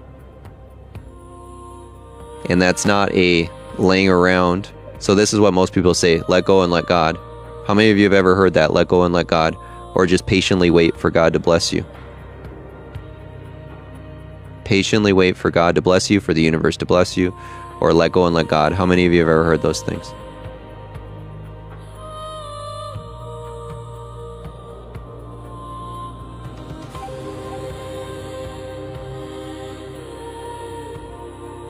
Yeah, most people have.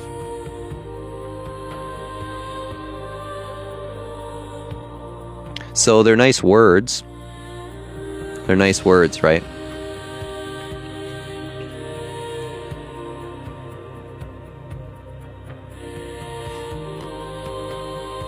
But who reaches that immense amount of surrender? As I talk about faith, what is faith? Faith is walking, talking, and taking action as though something is a certainty. This above my head right here, higher consciousness, is a certainty. Walking, talking, and taking action. There is no stopping it. It's a certainty. It's walking in a place of faith, yeah?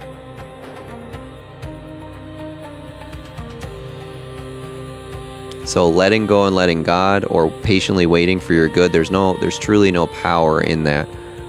There's no true faith, there's no connection to it. Especially if one lays around.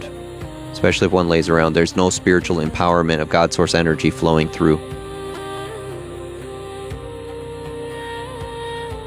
It's higher consciousness considered the soul, higher mind. So Donna, you can think of it like this way. Everybody's living from their own individualized perspective. I can only live reality through what you're thinking, what you're believing, your opinions, that what you've learned in your life, you're learning ever since you were a one-year-old, right, or when you were born.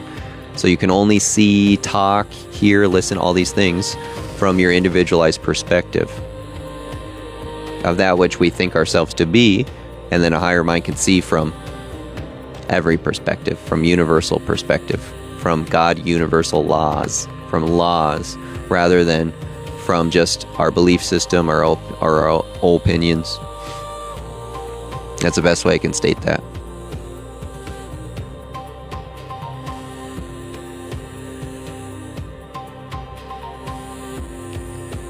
And then reality itself is going to take shape in form for whatever is the frequency and vibrations are, yeah?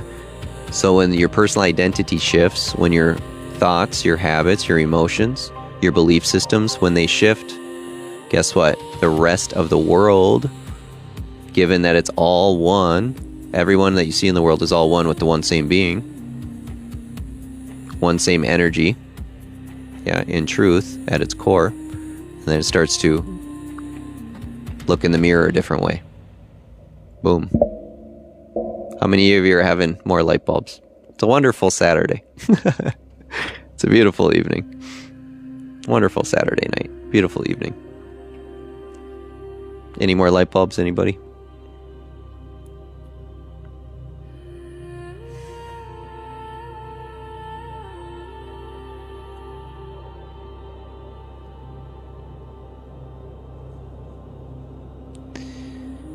What happens if anybody ever burns in the Holy Spirit? Anybody have any idea? If somebody burns in the Holy Spirit, what's to say the burning fire of the Holy Spirit, right? Fresh fire, a lot of people say all the time. What's happening? Those viruses are getting burned away from the nervous system, from the mind. All of those little evil spirits, all the viruses, they get burned out of the system, out of the nervous system, and out of the mind. And it frees you.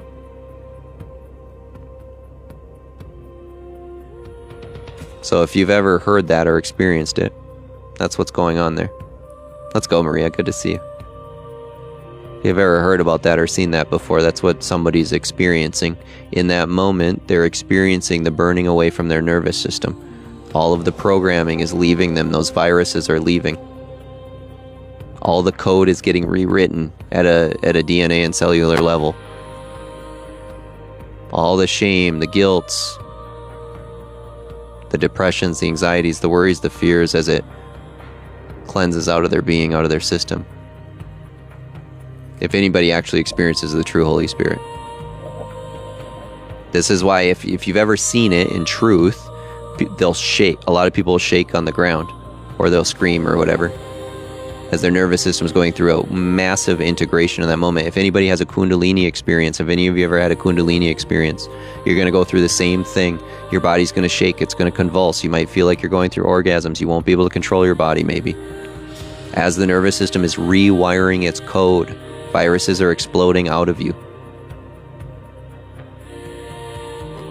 Yeah, as the serpent crawls up the spine, yeah.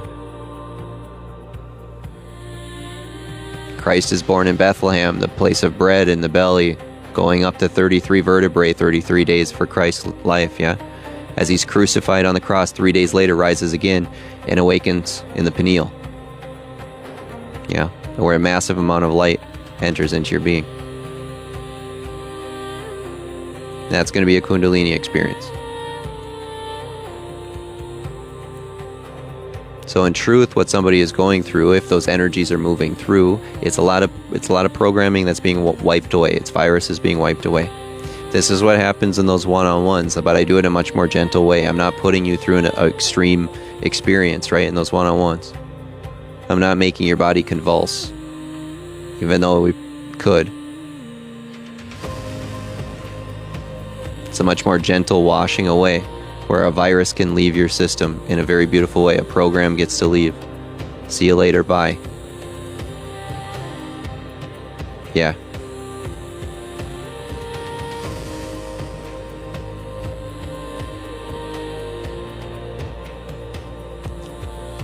Want to welcome everybody in. I go by Josh, Joshua, or Elion. So happy and grateful to see you in here. If you want to become a part of the Abundance Gang family, it's built on the 7 divine frequencies, I call them. 7 divine frequencies, that's coined here. Peace, love, joy, harmony, health, wealth, and money. If you feel called to create those things in your life for yourself or for others, you're in the right community. You can follow in the upper left and make sure to grab your daily heart me up there. We're going to have people come up and voice in. All right, there's a little link on the bottom left here, all right? There's little 2 people. There's the feminine and masculine, or whatever you want to look at it as we're going to have Diane come up now. All right, Diane, we're going to have you come up now and speak. So if anybody else wants to come up, we're going to do it one by one. There's the 2 little people on the bottom. If you have questions for me, if you just want to come up and chat, if you want to voice your own experience on your journey, or if you want to kick and scream or whatever it may be, go for it. And that'll be in the bottom left there. Yeah.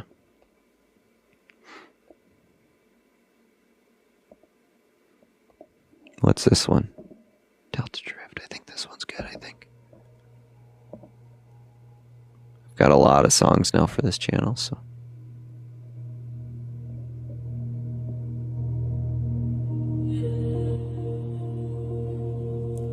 Diane, are you coming up? No, I don't think Diane's coming up. Would anybody else like to come up?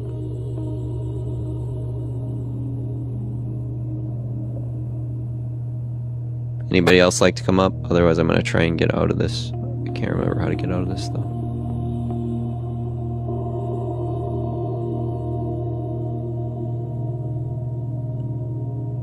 Okay, we got Amanda, then Lynn, then Manaxi. So, anybody else? You'll be in order, so make sure to click the bottom left there.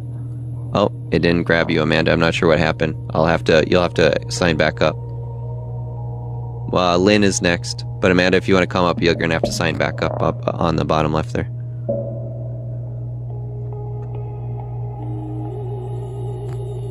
Oh, Lynn also canceled. Okay, I'll bring you up, Manaxi. You cancel. There we go. Okay, if anybody wants to come up and chat, all you brave souls, all you brave souls, if you want to come up and talk about your experience or ask questions or anything, go ahead. Hi, how are you? Hey, I'm doing excellent. How are you?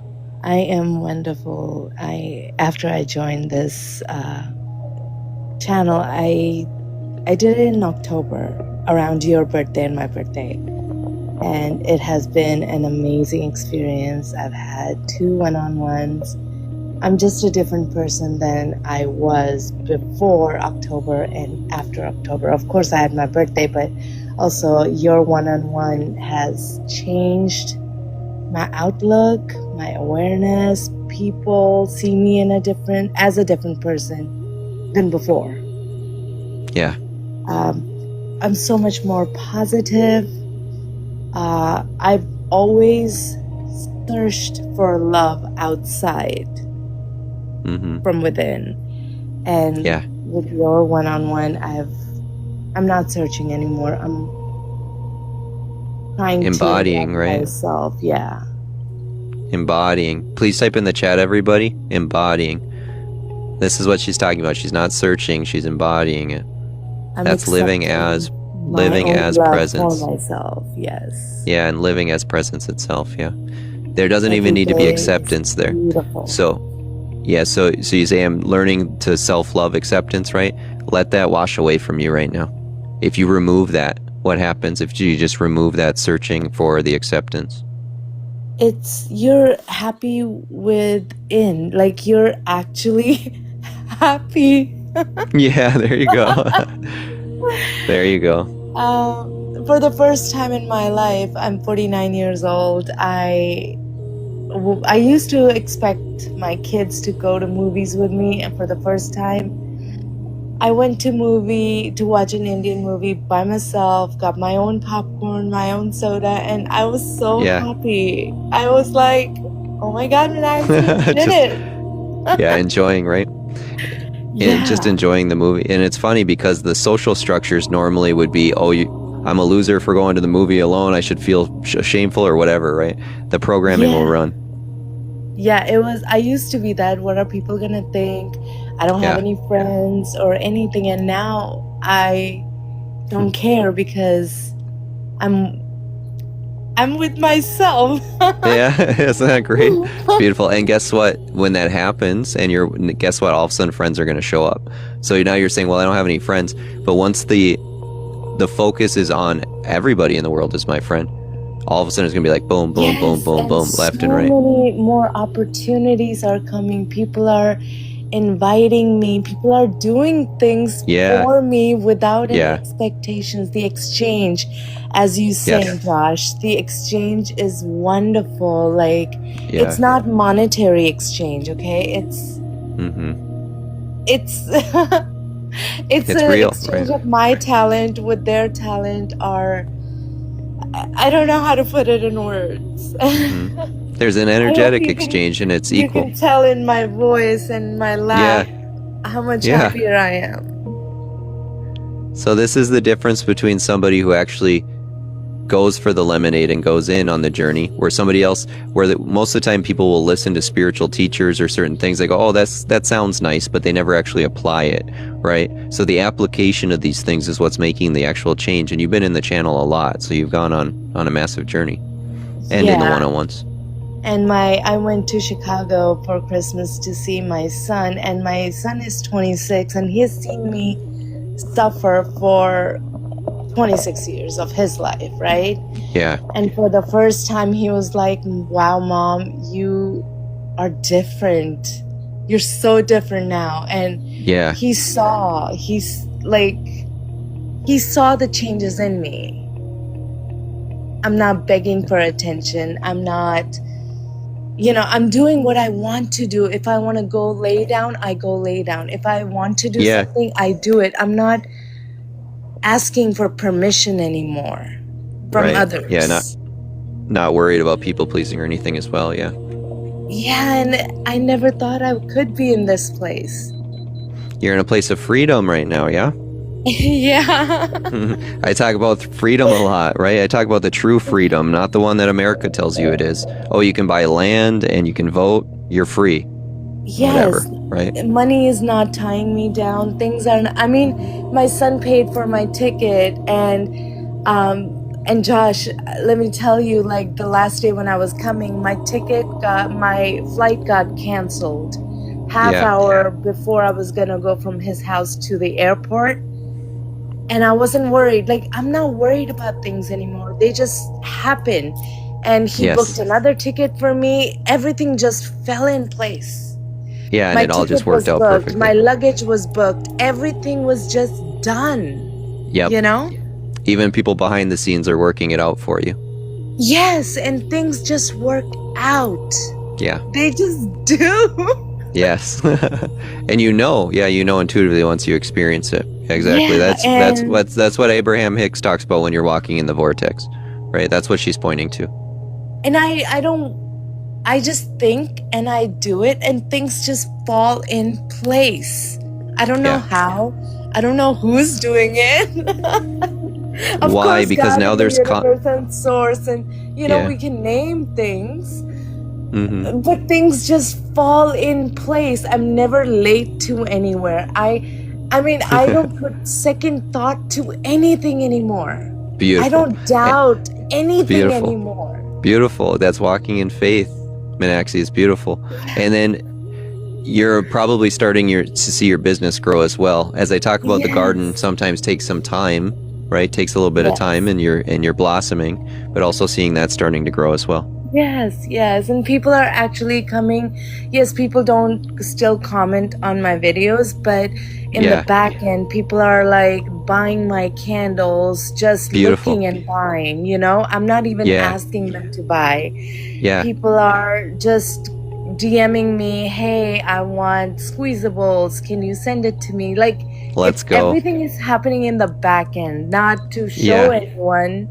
Like, hey, I sold this many things. But as you said, Josh, it'll happen. It'll just happen. And it's just happening. I said, continue to live by your joy. Trust that this is truth. Yeah. I know it's difficult sometimes for the mind to do that. How do I trust that this is truth? That's what happens to most people. Well, it sounds like cool words. That's what the mind does. Well, this sounds cool, right? I wish that was true. But who actually makes the jump into this is truth, right? That's the difference. If your soul hears it and it goes, no, this is truth, I'm diving in. This is where people have been in for 2, 3, 4 months. And now they're feeling this immense amount of freedom, right? Because they said this isn't just some fairy dust words that most spiritual teachers will play around with you, right? I used to think it is fairy dust and words. Yeah. My mind will do that. Used to be so mean and rude to me, and now if I say something, he just agrees. Okay, and I'm like, whoa. Yeah. Why? Because it's all reflections of the same one. Yeah. All reflections of the same one. Yeah. Your mirror is shifting. Yeah. You're smiling into the mirror more. Yes, I'm glowing, and it's like people tell me I don't wear makeup, anymore. I mean, I used to be a makeup artist, so I got sick of makeup, but I don't wear makeup. I don't do my hair, but people just Is anyone say, hearing this right now? Please hear these words to the depth of it, because this is true. Okay, this is true. Her skin is glowing. She doesn't need to do her hair or makeup anymore. She's beautiful. She's growing and glowing from the inside out. So it's this natural beauty that's coming out of her.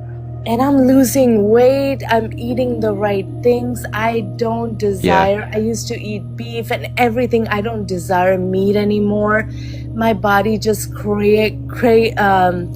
healthy things, you know, like Beautiful. I have stopped alcohol. I was an alcoholic. I probably still am an alcoholic, and I don't mind saying that because I don't desire alcohol anymore. I don't desire the negative things that throw you into doubt, into fear.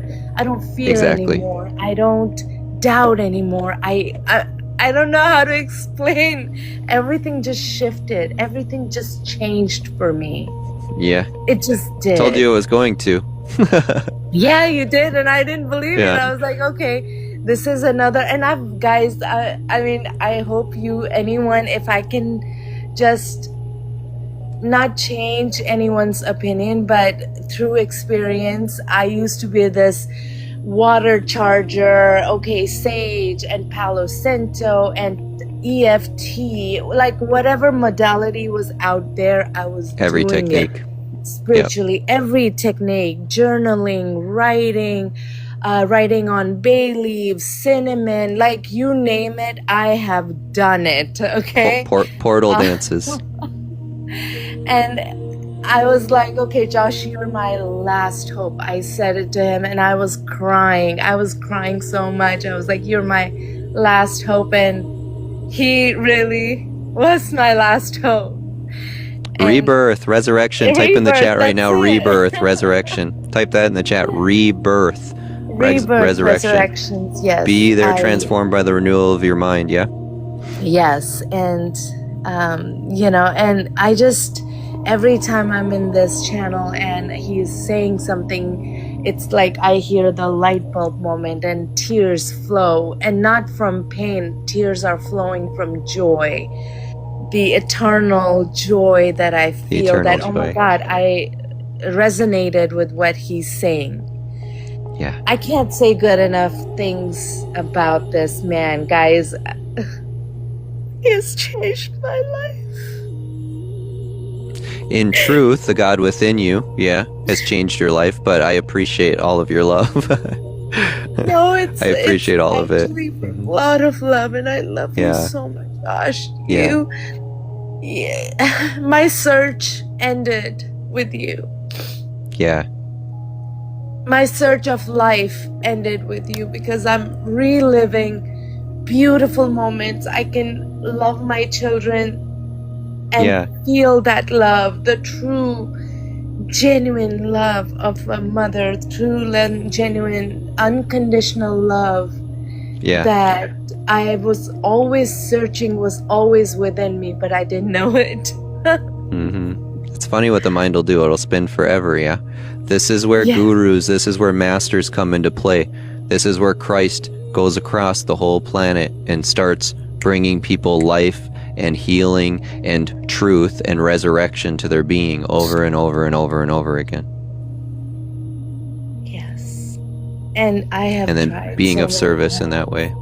As Josh said, to unalive myself, tried it so many times. Obviously it didn't work because the source wanted me to see the happiness, wanted me to see before he took me to him again and maybe give me rebirth again. He wanted me to see the love that he has for me and how he's cherishing me as a soul, as a person. I'm just in all awe. I can keep on talking and talking and talking.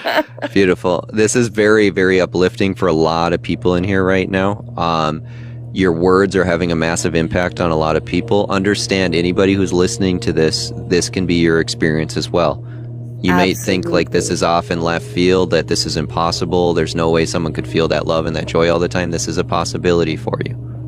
Yes, absolutely. And I was the #1 critic of Josh, and this can't happen. This is not happening. And after the first one-on-one, I'm like, I'm not feeling it. The second one, I was like, okay, it's fine. And now is when I see it's been 2 months, and after the new year, it was like a kickstart. Like, the new year shifted everything. Now everything is beautiful. It's like spring 24/7. Okay, if you want to experience love and spring 24/7, this is what this channel does for you. And people, everyone in this channel is beautiful, amazing person. Everything that he says, this channel is true. Everything. It's beautiful. It's just beautiful. I don't think everyone in here quite understands how nourishing all of your souls are. Every one of you come from all sorts of different planes across the planet, different backgrounds, different cultures, different religions, different races, different genders, different colors. And yet you're the most uplifting, loving, surrendering people on the planet. I think we're all searching love, Josh, but we're searching outside. But when we come to this channel, there is so much love to go around, and everyone supports you here. They're there to support you, to have that exchange, that everyone, each and everyone in this channel who comes across, sits here, listens to you morning, evening, weekends, they're searching for the same thing that I think I received. Chicken butt, Wendy, Celeste, Carla. These are some one name I can't help but laugh every time you say. I can name so many people. They're just amazing. Yeah, it's a beautiful community. It's incredible. I can't show my appreciation enough to all of you, but your soul calls for it. So it's a perfect match. What I say, misery loves company, so does prosperity. Guess what? Prosperity loves company as well. Love loves company as well. Those of you who call for it intuitively, you can become a match to it very, very quickly. It's very magnetic, yeah? Yeah. Beautiful. Thank you so much, Josh. Like, I can't say enough how much you have done for me. I mean, monetary value, as I say, that's nothing. I mean, absolutely, somebody could pay thousands and thousands and thousands of dollars and still get nothing. And what you do is just, you can't put a price on it. You can't. Thank you. I appreciate that. And I'm blessed just by being in your channel. I'm just blessed just existing in your channel. We're all blessed to have you here. It doesn't sound like you have any questions, but thanks so much for I don't talking about your experience. Yeah, which is good. It means the mind doesn't. Question. When am I your gonna mind's not find spinning. my love, my partner? I guess that's my last question. When is it going to happen? The moment you let it go. I'm trying. And feel that deeply inside of you. I'm still human. Yeah, I know. The desire is still there, but I'm not searching anymore. That's what I wanted to say. It's not about dropping the inherent desire of having a mate as a human. That's a normal, natural thing. It's more about I need this to feel better, because there's still a little twinge in it. There's still a little twitch in it. Once you're whole and complete, no matter what, you're loving, you're joyful. Mm-hmm. Beautiful. Hold on to that. Thank you. Keep walking, talking, and taking action in that way. Thank you. And I love you so much. I know he'll just come. I love you so much. Thank you so much love. Thanks so much, Meenakshi. We're going to end up doing the next person here. All right, if you want to come up and chat as well, if you want to talk about your experience, ask questions, this is a no judgment zone. Everybody's on a different journey. Everybody's in different places, okay? Someone might be in a very dark place and just have questions, and we can help release some of those things. So don't feel like you need to come up here and be so like I'm on top of the world, right? And I because not everybody's gone through these processes. Not everybody's been through one-on-ones with myself, right? So feel free to express what you need to express.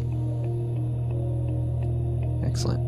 Hey, Amanda, turn on the camera. I wanted to say that that was so beautiful what she shared, and you could feel all of the joy. And I mean, she was so uplifting and was such a beautiful reflection of what you do offer for all of us on a daily basis. So we really, really appreciate all that.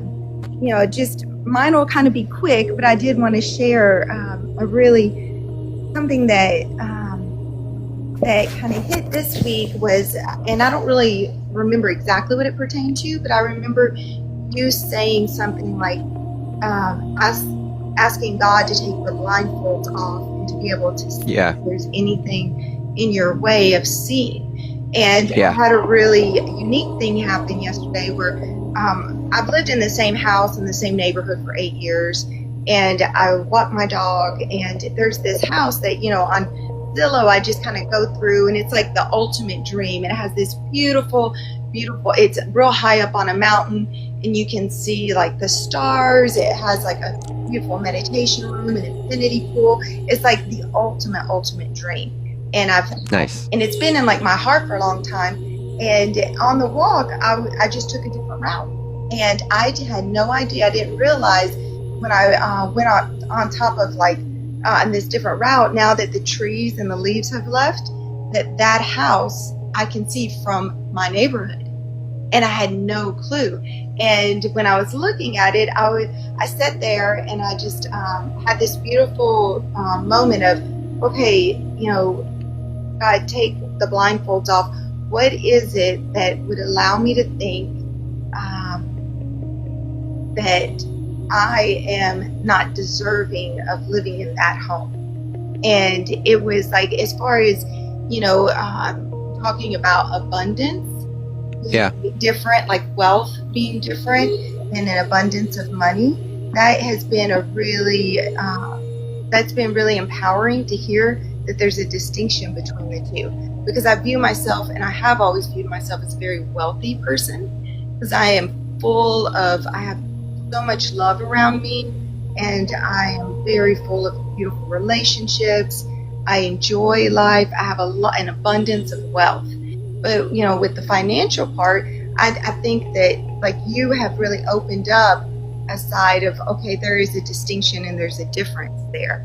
So I just wanted to share, because I know we probably all have different things that kind of will have a light bulb moment. And for me, that was a light bulb moment. And I'm very appreciative of that.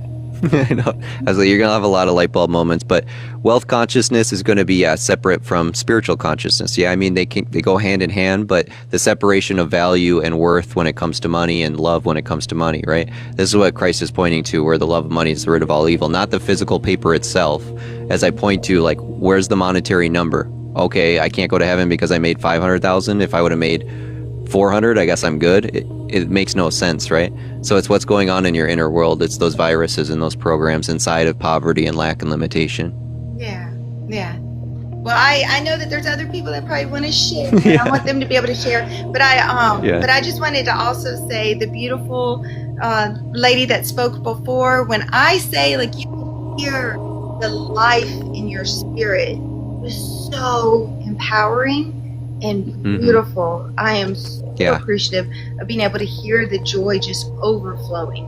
And I do think that, Josh, you allow, you come with such a humble heart and a kind heart. It is really extraordinary that that it is different. It is not worldly. To sense that and see that. It's nothing you're going to see. Yes. Yeah. Yes. The world won't offer those kind of things. But you're humble. So the words that are coming out of your mouth are extremely high gratitude, appreciation, love, and everybody else is feeling that as well. So even when Manaxi came up, your words are doing the same thing to everybody else. Extremely uplifting. Well, thank you. Well, I just wanted to say hello to everybody here too. And I do agree, anytime anybody gets to say chicken butt, That might be every time I smile, every single time. Yeah. But I wish you all a beautiful, beautiful night. Thank you so much, Amanda, for coming up. Thank you. Bye-bye. All right, we're going to go ahead and welcome in the next person here. Oh, we might not have any more. Let's see. Oh, we do have someone. Oh, we got quite a few people, actually. On the bottom left, in the the pink and blue people on the bottom left, if you go ahead and you click that, if you want to come up and chat, just like the last people were, we're talking about your spiritual or soul journey, higher consciousness, new earth, or if you just want to ask questions or, just chat. Humble Healer G7. Can you hear me? Humble Healer G7, can you hear me? Let's see if they'll get their mic on. Thank you, Amanda, for coming up. Thank you, Abracadabra, for all those love you so much. I appreciate you so much. Thank you, thank you, thank you. It's good to see you again back in here. It's good to see you again back in here. Welcome back in. Thank you. We'll go ahead and move on to the next person. If you want to come up and chat, make sure to click on the bottom. Diane, we got Diane next, and then Bernie, you're on the...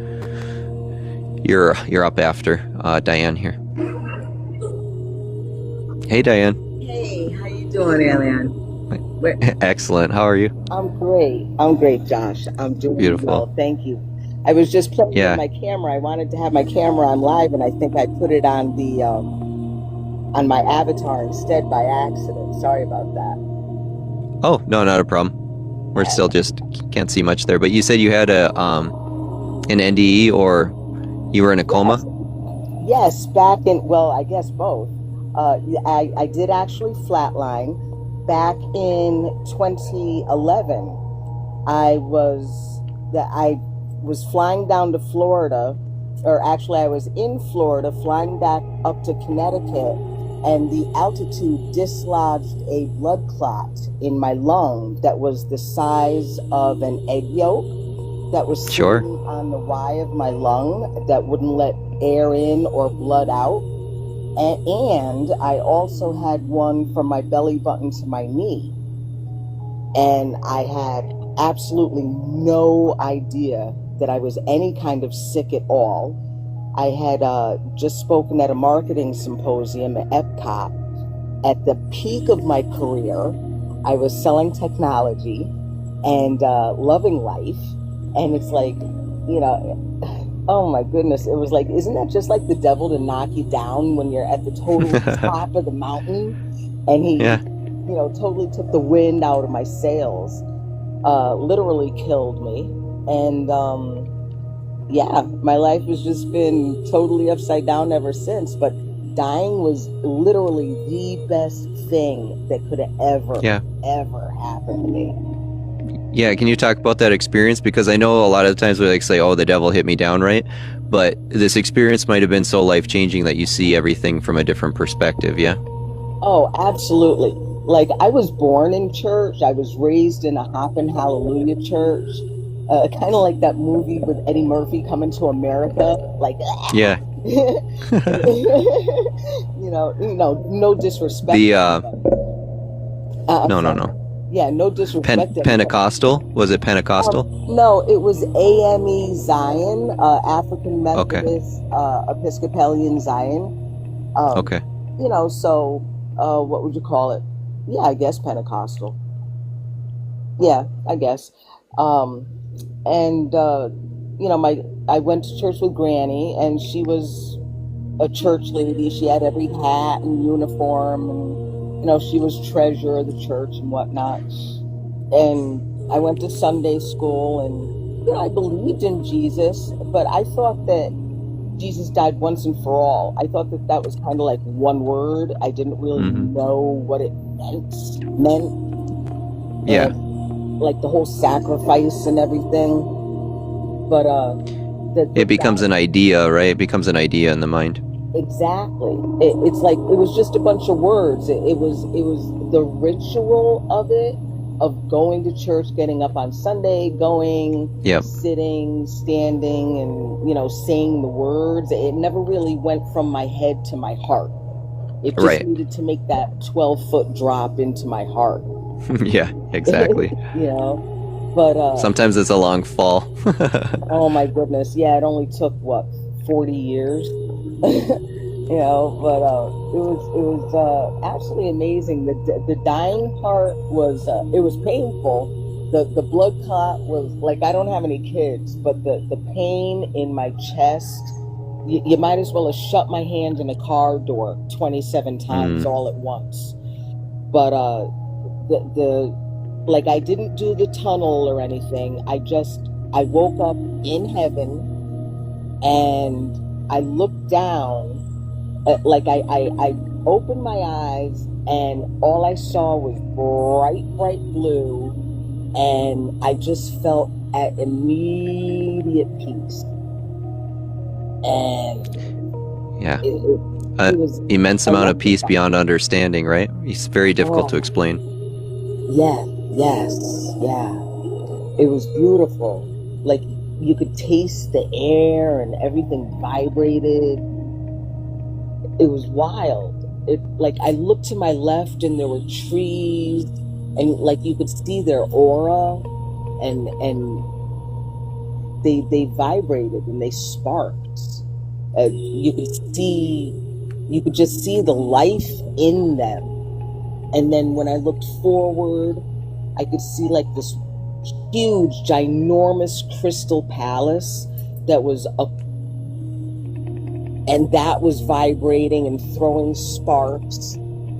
And coming out of it to the right was this river, and there were all these animals drinking out of the river. And when I looked down, like kind of like down my body, I was just a mist, but my feet were there. It was weird. It was like my body was a mist, but my feet were there, and I was standing on this golden sand of like a golden path that was leading up to the crystal palace, and my toes were squishing in like the golden sand. The golden sand was squishing up between my toes. And that was cool. That was really cool. And I was walking, and the gold was squishing up in between my toes, and it was like I was on a golden path in a meadow of like, say, ankle deep grass, and there were like butterflies and dragonflies flying around, and bees. There were flowers in the grass, and like almost like when a bee or a butterfly would land on the flower, it almost went like ting, like a musical note. It was just beautiful. Like, you were seeing and feeling angelic vibrations. Yes. Like I'm tingling now. Like I wish you could see the hair standing up on my arm right now. I believe it. I've got such I can see it. I can smell it. You can taste the air. What's that Jimi Hendrix song? Excuse me while I kiss the sky. Like you just want to lick everything. It's like going through Willy Wonka had it right. The original one, like you just want to go through and lick everything. You want to eat the air. You want to drink the water in the river. Like there was literally a lion and a lamb laying down next to each other. And I was just like, wow. And dude, there was this, calm down, hold on. That was the most beautiful thing. And I was like, wow. And the lion was so big next to the lamb, and they were, I don't want to say just like the picture. There were a couple of feet between them. I mean, like they weren't scared of each other or anything. No more survival, right? No, because it's all their needs are met. All their needs are met. And the animalistic mind gets removed. There's no animalistic mind there anymore. Yeah, there's no survival. There's no survival instincts. Right. I would say. And the cool thing, this cool animal was there drinking, and I was like, wow, I never saw that before. It was short and stout, like a pig, like a pig hippo type body, but it had these like curly antelope horns, and it had zebra stripes. And I was like, wow, I've never seen that before. And then months later, I was watching A&E, and it's this extinct animal that they found like in the Amazon jungle. And I was like, Ma. And I didn't tell Mom that I had that. At the time, I called it a dream because I didn't realize that when I was in the coma that I had the near-death experience. Yeah, you said you flatlined? Yes, I did. And the doctors will not tell me how long I was down for. I begged and begged and begged. They said, well, Ms. Phillips, we lost you on the table. And I said, well, where'd I go? I was there. I'm here now. Where'd I go? Because I know I went somewhere, but I'm calling it heaven, but I'm not gonna, I'm saying this in my head. I'm looking at the doctor, and I'm like kind of laughing at myself, having this inner conversation. In my head, I'm going, well, I know I went to heaven, but out of my mouth, I said, well, where did I go? Yeah. You're saying you lost me, and I'm trying to keep a straight face and not laugh in the doctor's face because he's like trapping a brick, like, please don't sue me. Please don't sue me. And I'm just like, okay, so where did I go? And he's like, well, we're here and that's all that matters. And, you can wiggle your toes and you can follow my finger. And I'm like, yeah, okay. But the thing that I want to know is what happened.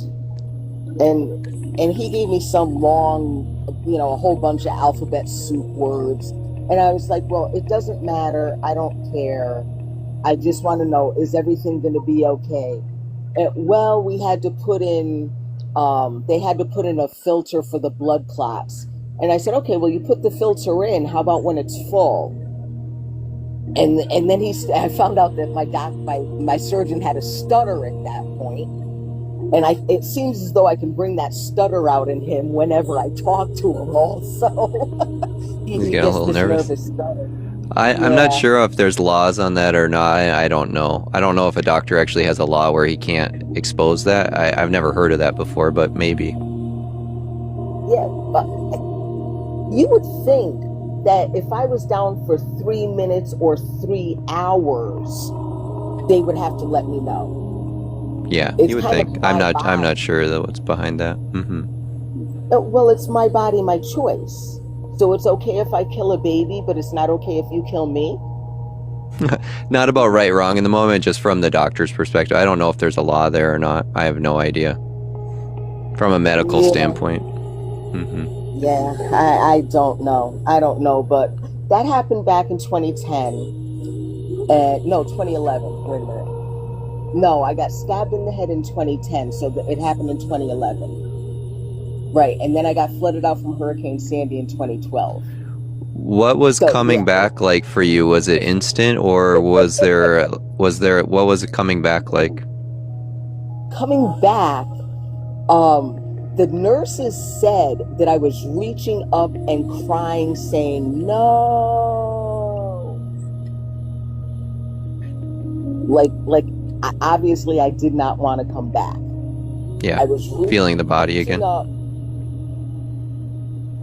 I guess. I don't remember coming back. I was walking. What I remember was walking. I was walking down the golden path, and this sparkling mist was walking to the right of me, and it was telling me things that actually came true when I came back, and that's a much longer story for another time. Yeah, wow. Much longer story. And No problem. Um, Part of your journey to let you know what you're going to go back to the planet and experience, yeah? That, and Jesus saved a little girl from beautiful. something. Yeah, that was wild. That's wild. But yeah, that was wild. Okay, that totally sidetracked me. Sorry.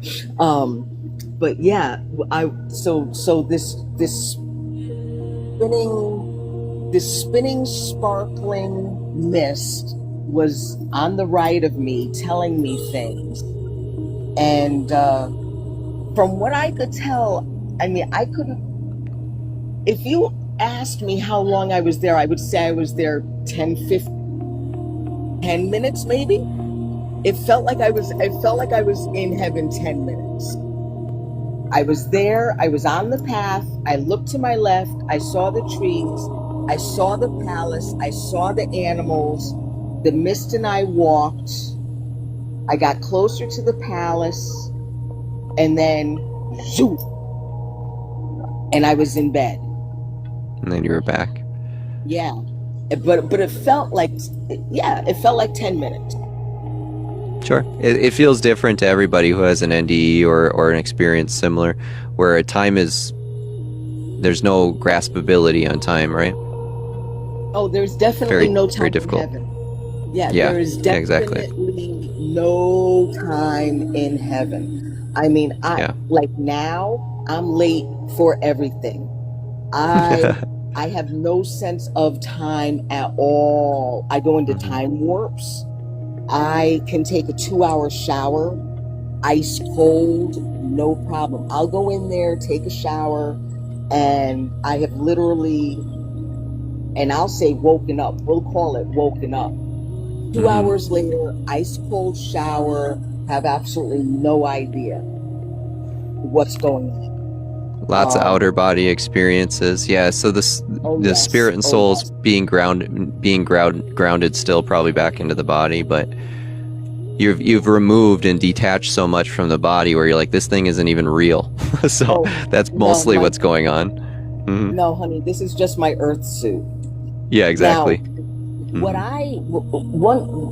I kind of now I was a bartender for 20 something years back in the 80s. And I'm not going to say anything else, or else I will incriminate myself. Okay? So we'll just leave it at that. No problem. No self-incrimination here. No, none of that. None of that. Okay.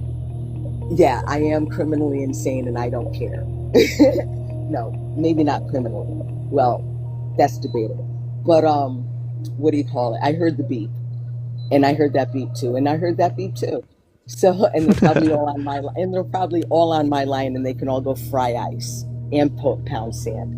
What do you call it? Shit, I forgot what I was going to say. Oh, I'm sorry, I swore.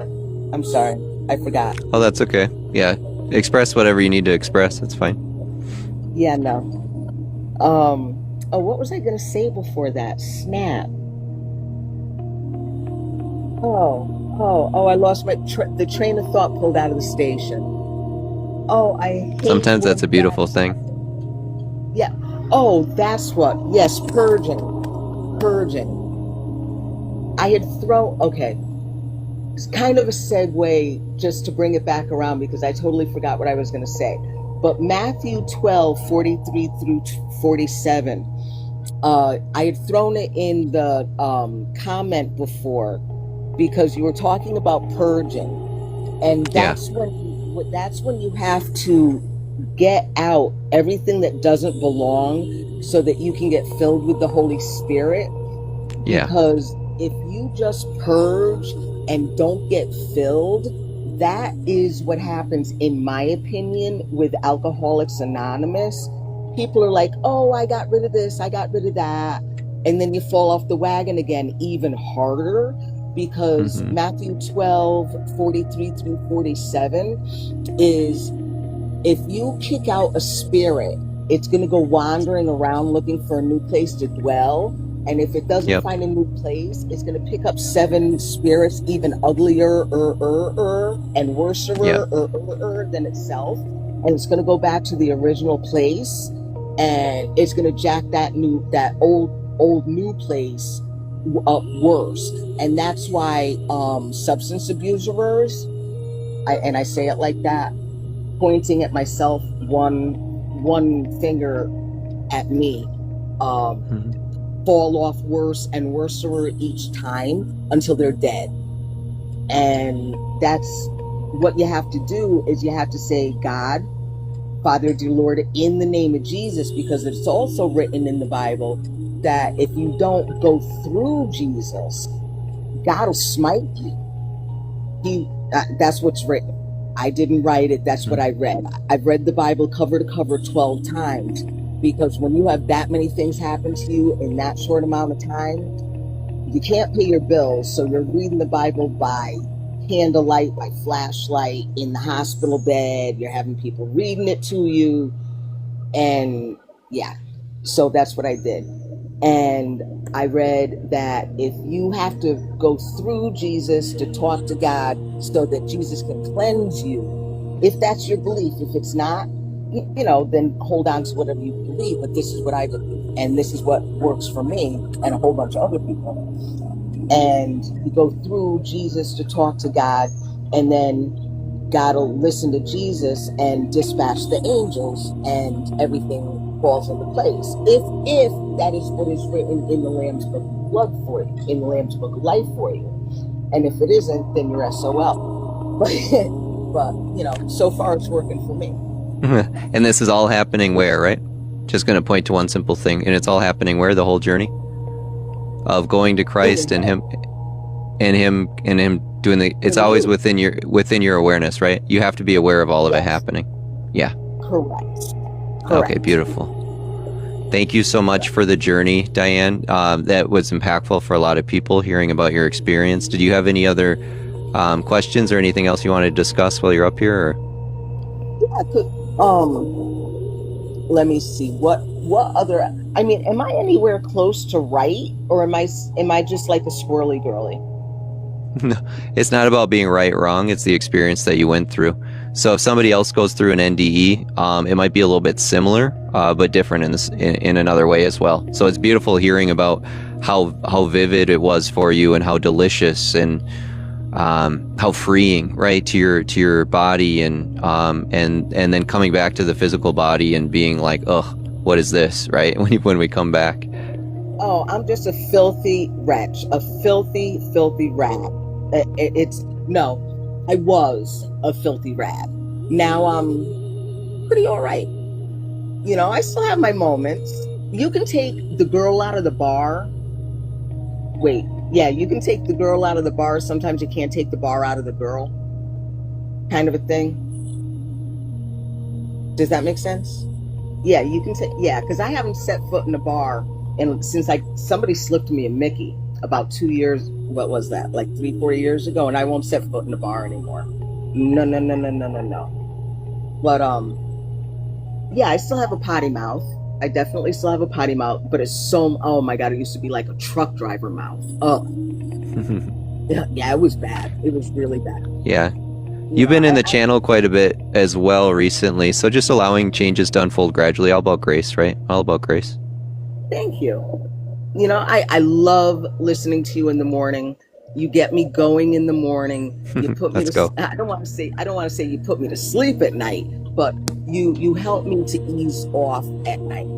You help me to allow to purge at night, to drift away at night. Yeah. So it's beautiful. Oh, soul and spirit. That's where I was going with it. Do you mind if I babble a little longer? Or do you want to give somebody else a chance? No, you can go ahead and speak a little bit longer, yeah. Okay. Because I actually remembered. Soul and spirit, to me, something that I think I have a handle on it, or maybe not, or maybe you could help me with this. To me, do you remember the movie The Sixth Sense with I didn't watch too much of it. I do remember it, but okay. Because I have always wrestled with what's a soul and what's a spirit. What's a soul? What's a spirit? Are they the same? Are they interchangeable? And for the longest time, I always thought they were interchangeable. And then I saw the movie The Sixth Sense, 1,000 years ago when it came out, when I was that girl back in the 80s, or, back when I was still her. And then it dawned on me. I was laying in bed and I was like, God, now this is recently, I was praying and I was like, God, what is the difference between a soul and a spirit? And he goes, I already told you in The Sixth Sense. And I was like, okay. And I'm playing it through my mind and I was like, I don't want to watch the movie again. Just tell me. And he goes, the guff. And I said, no kidding. Okay, so in the movie The Sixth Sense, and now it makes sense because God made the earth to be perfect.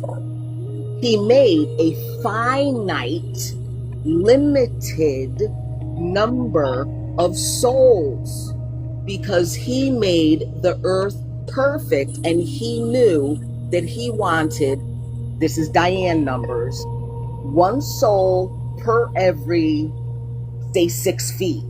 that was a jab joke. Mm-hmm. Sorry, I had to do it. Okay. So God knows, because he knows every hair on our head. He knew how many footprints were going to be on this earth, this round and or flat ball, if it's a ball, pancake, flying saucer, that's here. Okay. So Adam and Eve ate the apple, pomegranate, whatever, and messed up, and now there's sin, and everybody's getting recycled until they get it right. They're doing the spiral.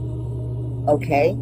So some get thrown off, some get Veruca salted, and they go to hell or whatever. Yeah, whatever. I'm air quoting, air quotes.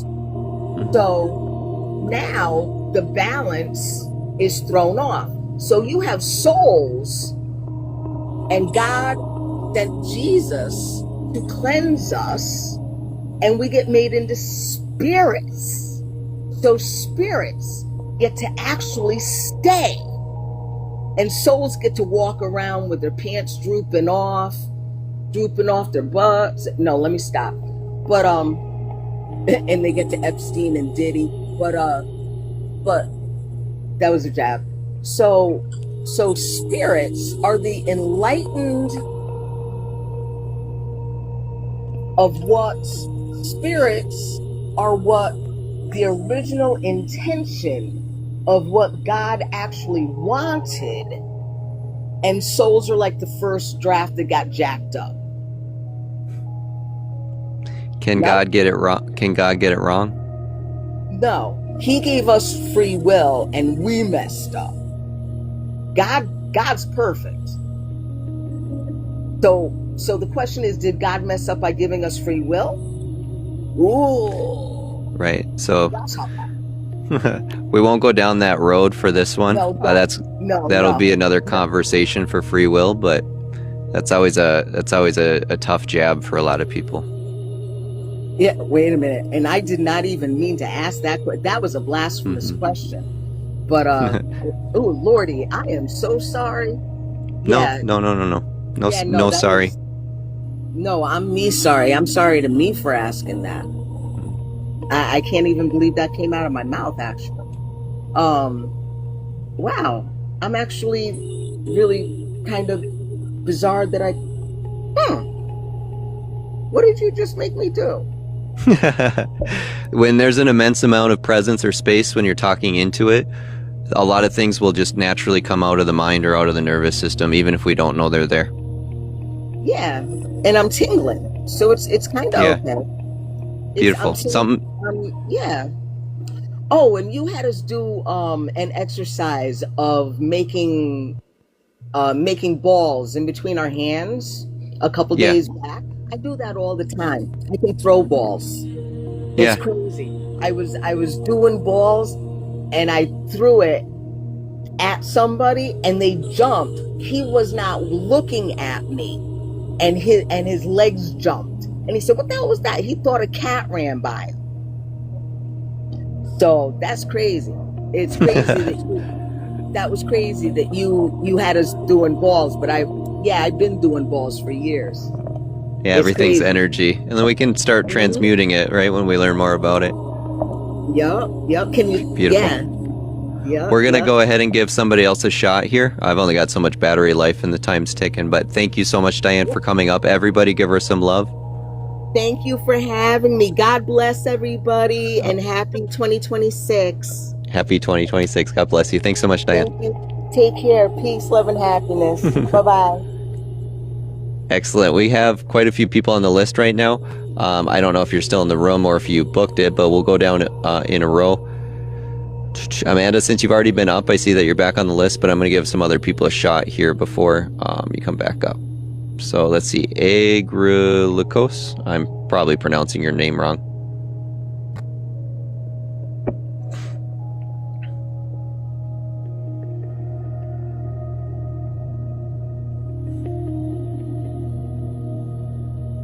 Igher, if you're still there. No? Looks like that one's still loading. Okay, and then if I'll take you off then, Amanda. You didn't mean to come back up.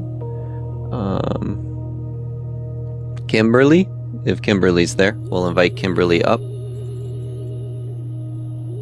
Looks like Kimberly might be gone. There's two people in the bottom left, in the pink and the blue, if you're wanting to come up and chat about your soul journey or experience. Bernie, we got you next here if you want to come up and chat, Bernie. If you want to come up and chat here, Bernie.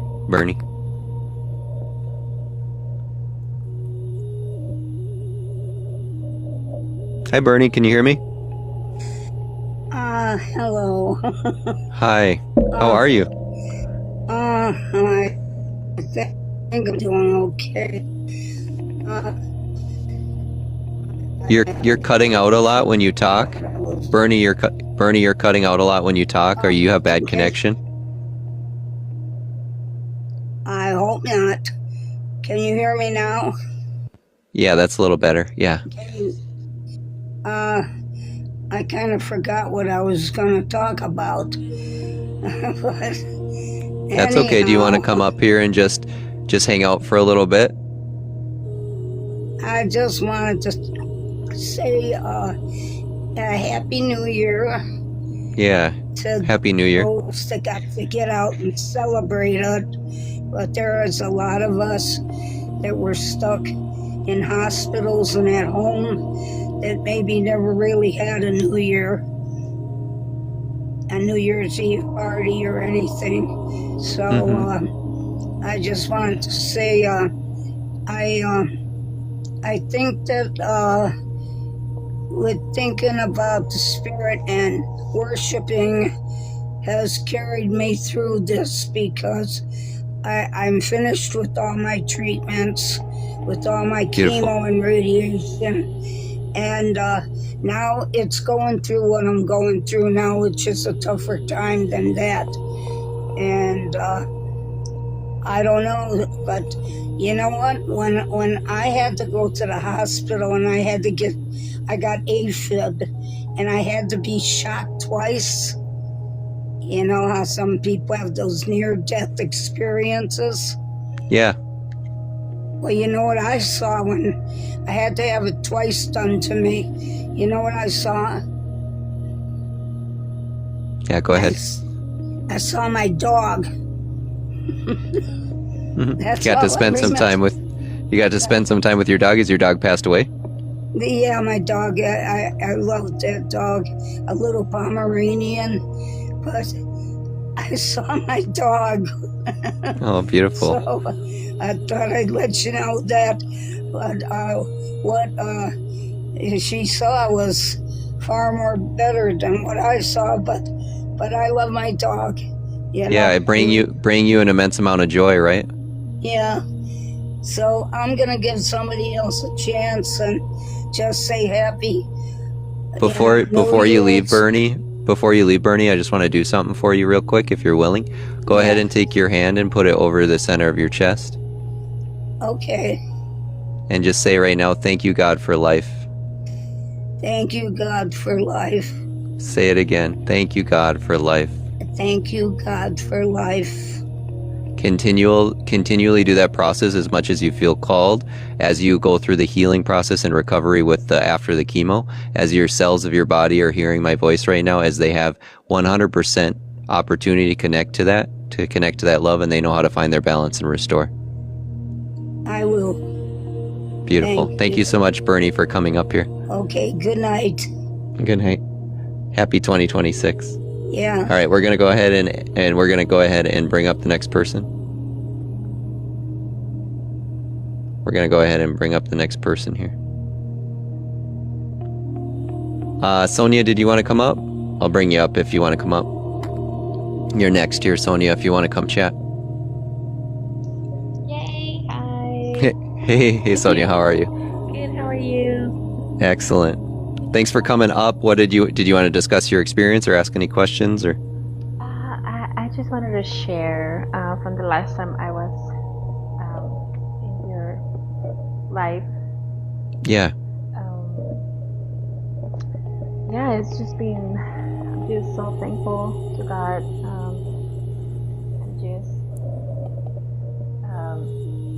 I don't even know the words to express it. Like a lot of gratitude, a lot of excitement, a lot of happiness, a lot of love. Like I was in the clouds and they clear up, and then I can see the sun. Beautiful. Are you willing to share your experience with me? That's up to you if you want to share it or not. But yeah, I mean we've done 3 one-on-ones, and even my kids. Like the first session was about grief. Is that okay? Yeah. Okay. I lost my husband 1.5 years, almost 2 years, and I was just in it. I couldn't see anything other than just my grief and my sadness and my kind of like victim mentality, a lot of anger, a lot of just yucky feelings, negative feelings, the depression, the anxiety, the insomnia, the rage. Yeah. We worked with the one session where you led me to like picture myself, like observe myself, and just I needed God in that moment. Mm-hmm. To know that my husband's spirit's still here with me, not in a physical Absolutely. form anymore, but he's here, he's with me, especially when I see my children, and it's just a beautiful thing. Like I see my kids now, and it's just like it's not a pain anymore. It's just a reminder that he's still here. Yeah. Love has an end, and it's just, it's just been a beautiful journey to me. Yeah, that love can't go anywhere, right? No, just oh my God. Even my kids, my daughter.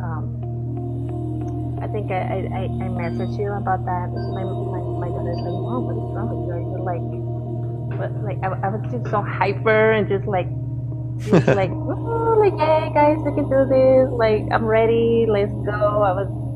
And they see it. They're more open.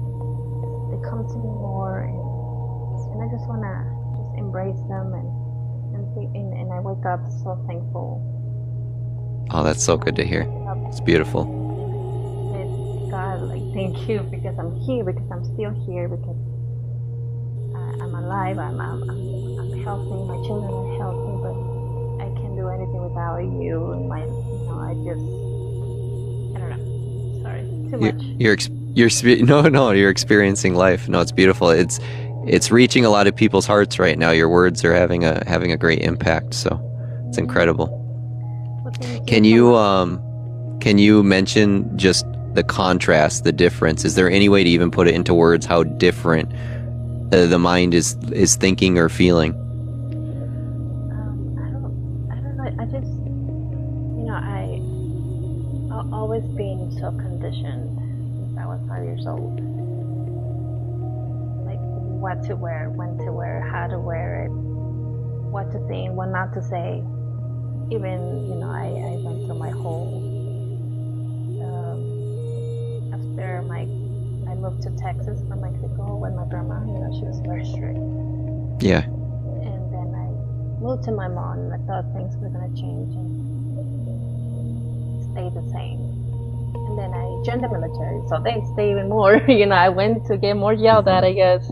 Yeah. More structure. More structure, yes. And it's just, I'm just learning to be like what makes me. Mm-hmm. And it's just, I'm no longer worried about tomorrow. I don't know if that makes Beautiful. sense. Yeah, you're feeling more free. I am. You're trusting life a little bit more. That's when, if somebody says, I'm not worried about tomorrow, the next day, what does Christ say? Let tomorrow worry about itself. Do not worry about you, right? Let tomorrow worry about itself. So I just wanted to, I've been wanting to come in, but I'm like, okay, I'm just going to let somebody else have the turn. But yeah, thank you so much for, just happy thoughts. That's all I can say. Thanks so much. Yeah. Beautiful. Thank you so much, Sonia. I'm going to go ahead and give somebody else a shot here. Bye-bye. Good night, everybody. Bye-bye. Everybody give her some love. That's just a mommy who came up, right? Let's see. Amy.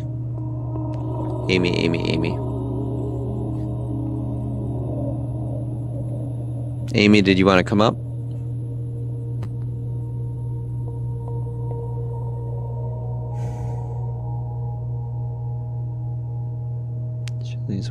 Chili's World.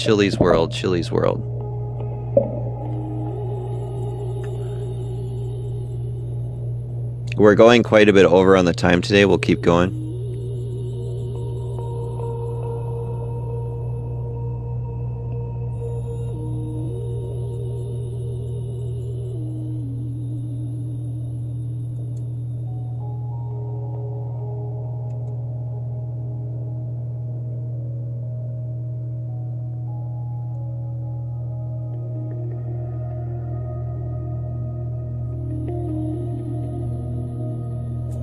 We'll go ahead and grab the next one. Who's next here? We got POWM05. POWM05 if you're still there.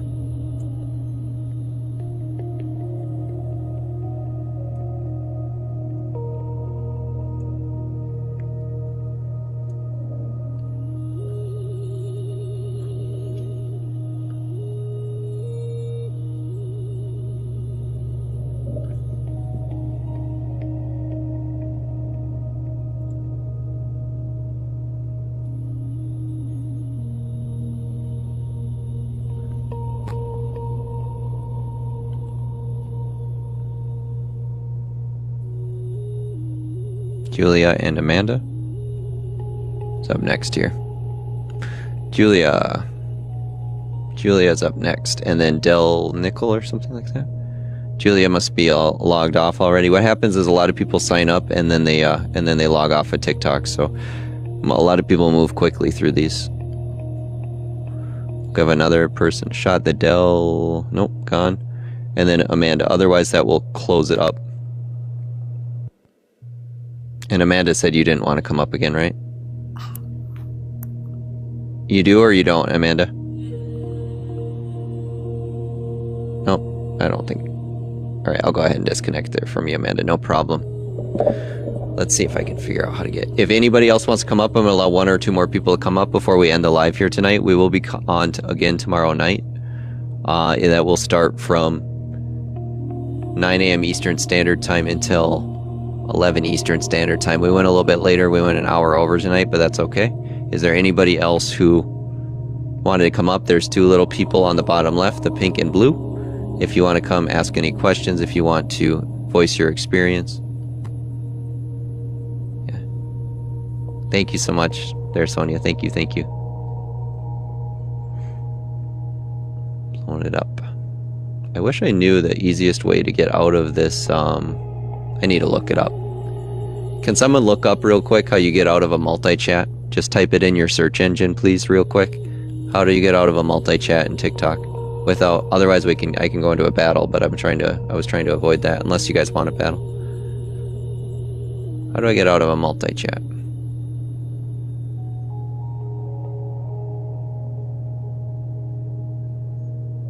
If you can tell, I don't do multi-chats very often. I'm always doing the solo lives. Co-host.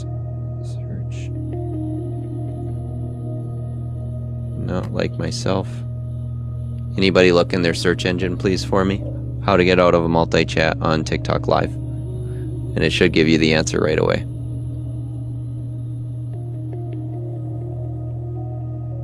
It's not it.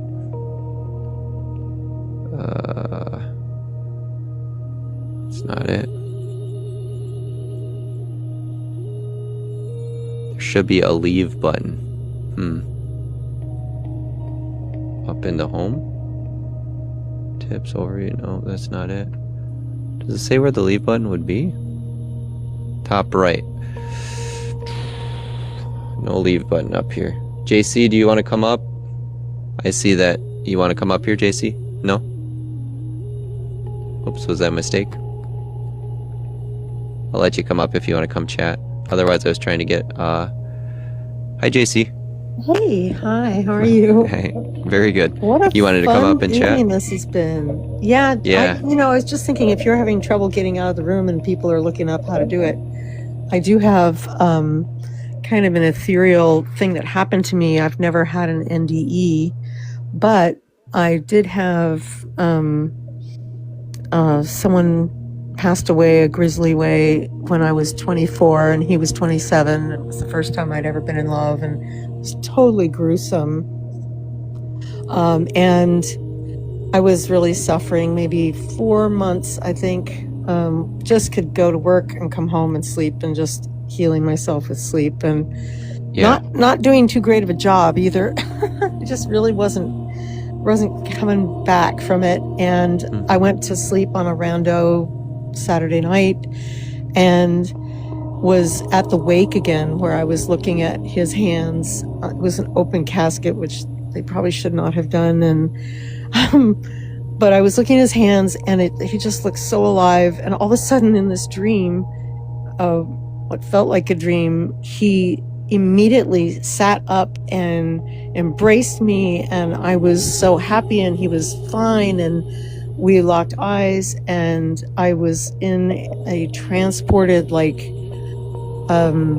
just a white light room, and we were having high-speed telepathy, and I was just all of this, oh my God, you're fine, and he's fine, and he was just comforting me, and it didn't matter that we had bad words before the accident and all this, and it was so blessed. It was like he had all of the time in the world to answer every question of the universe that I had. And I was just like, there was just no hurry, no time. He was relieving me of all of this pain. Yeah. And as we went on and on and on, I would hitch on something like, my God, why now? Why now? It makes no sense. And he goes, let me tell you one thing about that. The thing is that there's no way I could get you to understand what time really is where you are. Yeah. But I will tell you that every now and then where you are, things happen at a time where it has to be that. And this was one of those times, and I don't want you to suffer about it anymore. And I went, and through my tears, I'm like, okay, gosh, of course, you're fine, of course. And we went on and on and on again, lots and lots of other stories. I think somewhere on some level, I know all the answers of who killed the Kennedys. I would have asked all of that stuff. But these were answers that he gave that I know I couldn't have made up on my own, or thought that, it was probably this or whatever. As I was going on and on, I was just going, it's just that I'm going to miss you so much. And he said, well, here's another thing. I want you to know that regardless of what I'm involved in on any plane, anytime you call me to you, I can split my attention fully and be with you, but there are rules. And I was going, oh my God, anything, and he goes, yeah. So you call me to you and you know that I'm there. This is the first rule. You must know that if you call me, it's not going to feel like this, but just know that if you call me, I am there, and you must know this, and just take it for a fact. And I said, fine, and he said, then at the end, you show me the thing, you tell me the thing, whatever it is. And at the end, you have to say, that's it for now. Thank you. Or that's whatever you want to do to give it an end. And then just know that anytime, anywhere, I can actually be with you. And you can be comforted from that. I was like, oh my God, that's fabulous, of course, And as beautiful. I said, well, I can't think of anything. I feel so much better. Thank you so much. I can't think of one more thing to ask. And he goes, well, then it's time for me to go. And I was like, okay. And I can't tell you. This is going to be for everybody in the chat because your speech is very powerful, your experience. Does the soul exist in time or does it transcend time? It transcends time. It's like it always is. It's like he is always and I am always. It's just that we came together. My worldly human part was truly, grimly suffering at his loss. And I hadn't, this experience really formed an entire lifetime of spiritual belief. I mean, I was relieved of all kinds of spiritual fears and sadnesses from this, and tensions and worries and all sorts of things. Go ahead and type that in the chat right now, everybody. The soul transcends time. Okay, transcend time. I'm glad you answered it. You're very firm in your answer. I was just asking the chat so that it comes out of them. The soul transcends time. Yeah, we're all really powerful beings that have. It feels like we have no beginning and no end, and we're on a journey to just grow and grow and grow in our experience and love and capacity for everything that's out there. And we'll each become something wildly, uniquely, special in our own right. I think it glorifies consciousness. It's just, think about it. I've thought this a few times. What if the Big Bang happened when the field of consciousness finally got the idea to create time where experiences universal could unfold. Like it could, I've got an idea. so what you're pointing at still exists in time. It's very powerful and you're basically spot on, but at the same time, that which is beyond space-time has experienced all things simultaneously without any time involved. I know your mind can't comprehend this, and I probably threw a million people for a spin right now when I said that. I'm sure your mind just went and wanted to vomit, but that's true. I'm aware that that's a thing, but I don't mind that I can't imagine the multi-mirrored now. It's okay. But I do agree that it's not. I used to think of time as a linear thing stacked up, and obviously, time just really does not. Outside of the body, outside of this physical sphere, there is no time, and so everything is happening all at once. Right. It's impossible for the human to understand it because we're living in the body experience, right? And everything is based on time. Everything is based on space and time. So whenever you jump out of that, if someone is living from the body consciousness, and that's what Christ does, he pulls people out of body consciousness. He's going, you're waking up, right? We're removing all that programming and you're coming out of body consciousness and you're coming into the light. And then the moment that happens, you go, what? I've been seeing with a veil my whole life, right? You're instantly awake. So, right.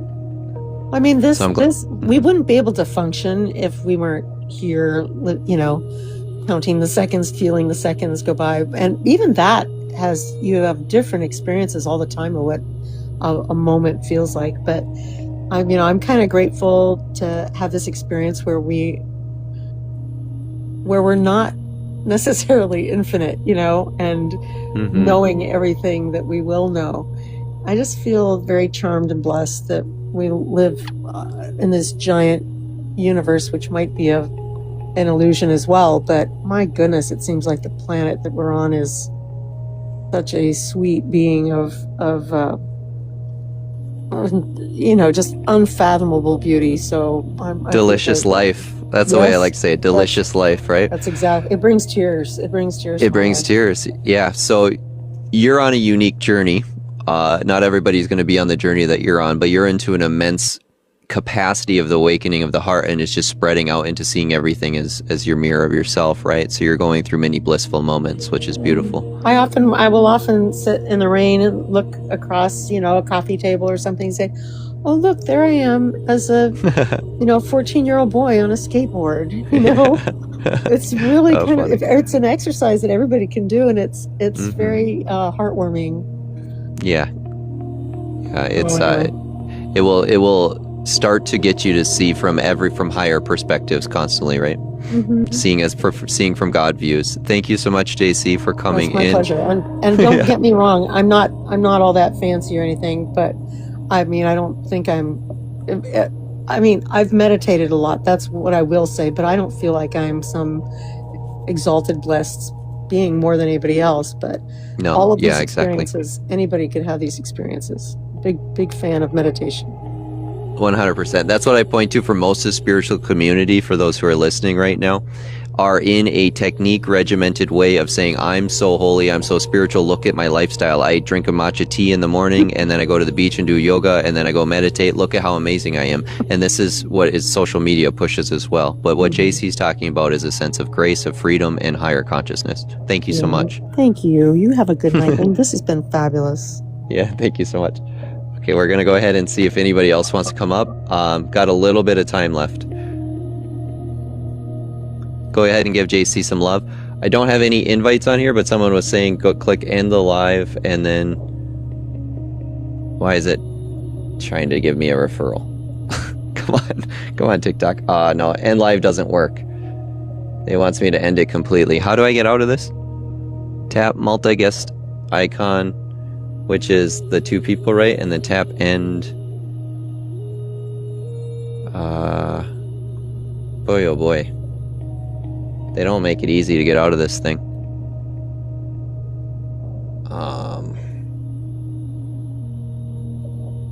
Select disconnect, end session, or similar option, remove them from. That might be for other people. Look it up as the host. If you're the host, that might be for other people that are getting out, because as the host it looks different. I'm not sure. I don't know why, but as the host it's making it very difficult. It's not in there. It's not in there. Settings. Nope.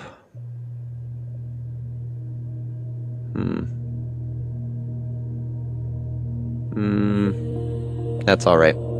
Does anybody else want to come up and chat? I'll give one last opportunity. Oh, Wendy, did you want to come up, or are you just looking?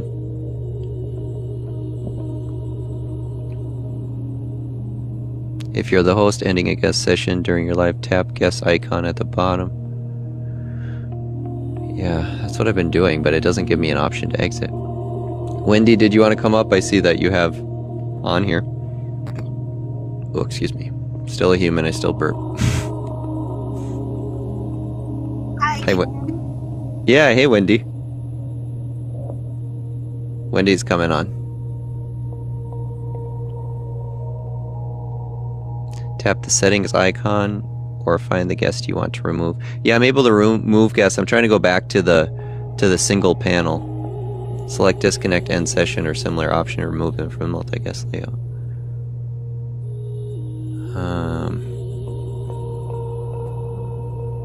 Yeah. I'll have to look it up.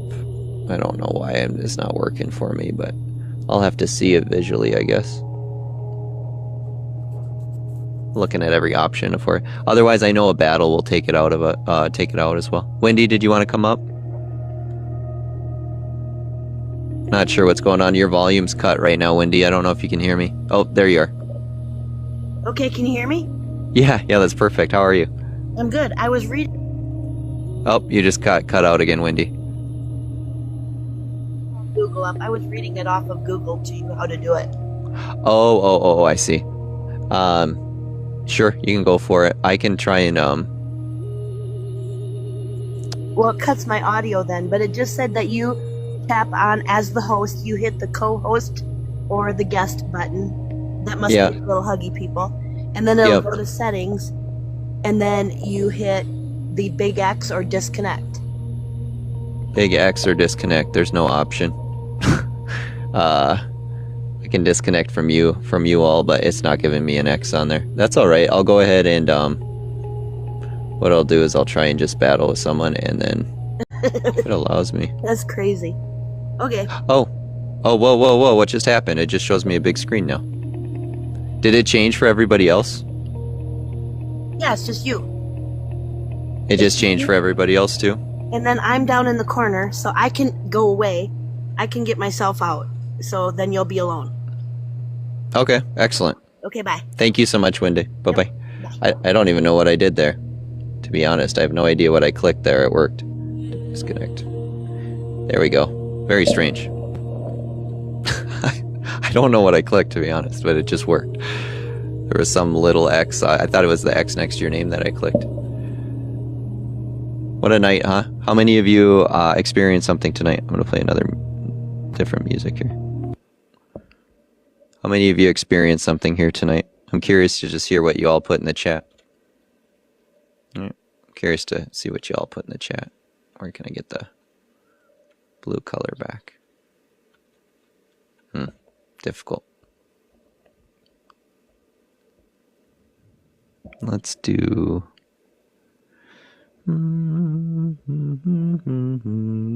What's Whisper in the Stillness? I forget what this one is. What is this? What are you?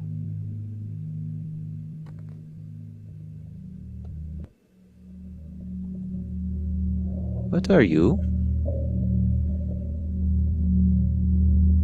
Tonight was something. Yeah, a lot of you had very inspiring talks.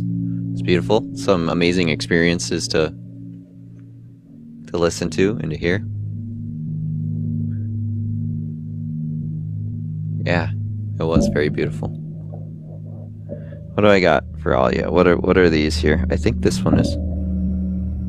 Fear is the path to the dark side. Fear leads to anger. Anger leads to hate. Hate leads to suffering. Is it possible that Yoda's actually wise? Is it possible that Yoda's actually wise? Is that a possibility? Yeah. You had a ball.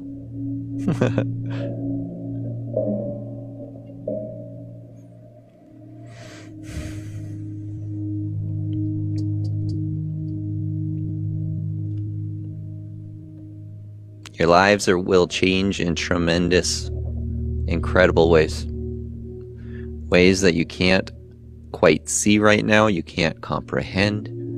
Your mind can't grab a hold to it. Because when those explosions start to happen inside of yourself, when those epiphanies go off, when the recognition of life flowing through you and speaking it over your being and over everybody else. For those of you that have been in here for 2, 3, 4 months, I believe the longest is 4 months or 5 months. So Celeste, you're one of the longest. I don't know if you're the longest, but Celeste has been here since the beginning. The massive shifts that will happen inside of yourself. The changes are inevitable. Yeah. Wendy, too. Yeah, you've been around basically since the beginning as well, Wendy.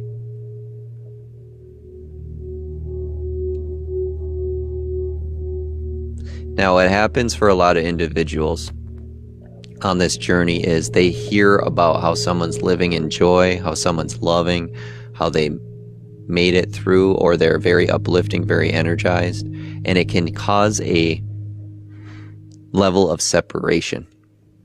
It can cause a level of separation. For example, if someone comes into the morning lives and it's one of the most uplifting things that they've ever seen in their life, Holy cow, how is everyone here so energized? How is everyone here so positive? How are people talking about their beautiful testimonials? Sometimes it creates a divide or a separation. Well, I'm terrible. I'm not there. I'm not there, right? And it will create this greater divide sometimes in the mind where it wants to beat itself up. It wants to cast more shame, or it wants to say, I'm not good enough, right? How am I not doing what they're doing? Anybody going through that? Yeah, you don't have to mention in the chat unless you want to be vulnerable. Right? But if that happens to you, right, understand you have your own individual journey.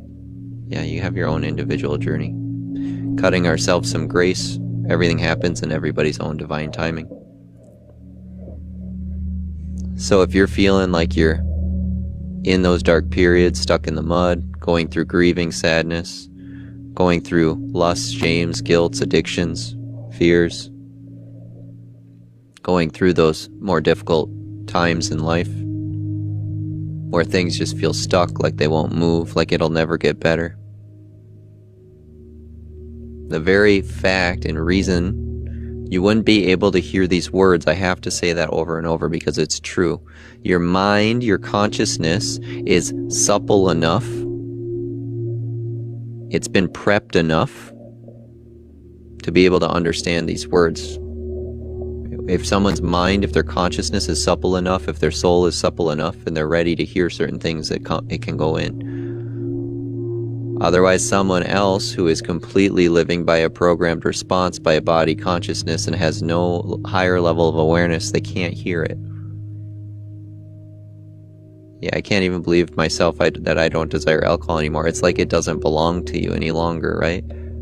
It's almost like it doesn't belong to that identity. It's not coming from a place of judgment. You're seeking out life, right? You like things that give life. That's what happens in true spiritual awakenings. You know what gives life. Type that in the chat. I know what gives life. I know what destroys, and I know what gives life. That's a massive part of the journey. And when you know 100% what gives life, then you're looking at yourself. Am I choosing death and decay, or am I choosing life? Am I doing that for myself and others, or am I choosing decay and death for others? Right? I know what gives life. And then those deeper decisions, those choices and those actions and habits get made because you know what gives life. So then you move in that direction. Why? Through self-love. When self-love flows through, when the truth of yourself flows through and it's nothing but love, love, love, love, love, of course you're going to choose life. Creation loves itself. Please type that in the chat. Creation loves itself. Why would it not? Why would the Creator not love what it's created?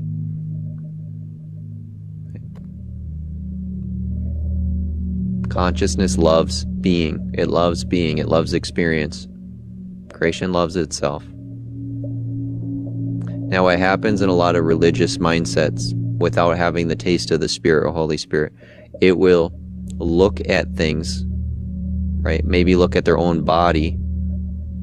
I'm horrible, I'm evil, I'm a human being, and I have these desires, right? I shouldn't have any of these desires, any of these thoughts, or any of these things. I shouldn't be a sexual human being, or any of that, right? And then we cast ourselves into deeper shame, into deeper judgment.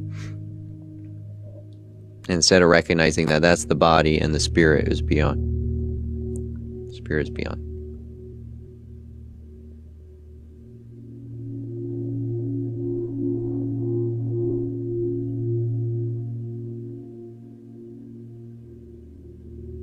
Beautiful. Just allowing people to come in. I'm only going to hang out for a couple more minutes here, you guys.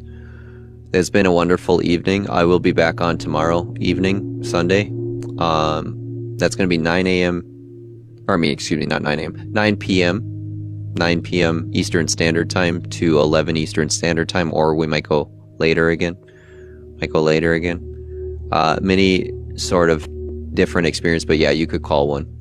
The immense explosion of the end of everything existence. That's the best way I can explain it.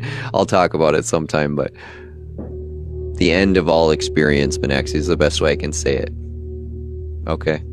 I'll talk about it at some point, but good night, Maria. Good night.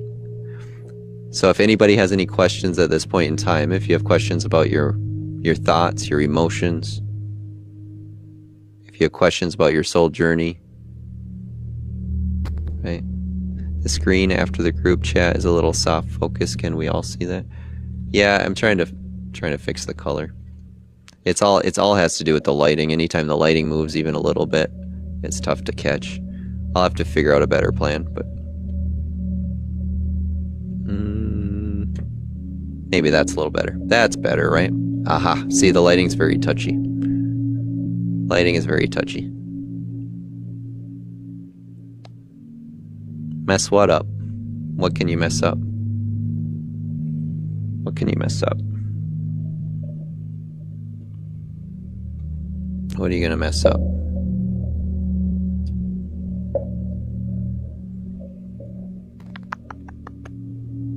I guess I don't need to fix the background. We're just hanging out. You can't mess it up. Transformation will happen. Yeah. And just allow things to move. Allow things to transform. You can't mess it up. The one who thinks I can mess it up, that's another program running. Yeah, that's another false identity that thinks that it can do something wrong on this process. Allowing yourself some more grace. You can't mess it up.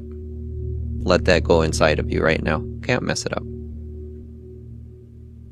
And you have an immense amount of love for yourself as you continue on this path. As you continue on this path. The more words that you hear through this mouth, right? It's gonna go in.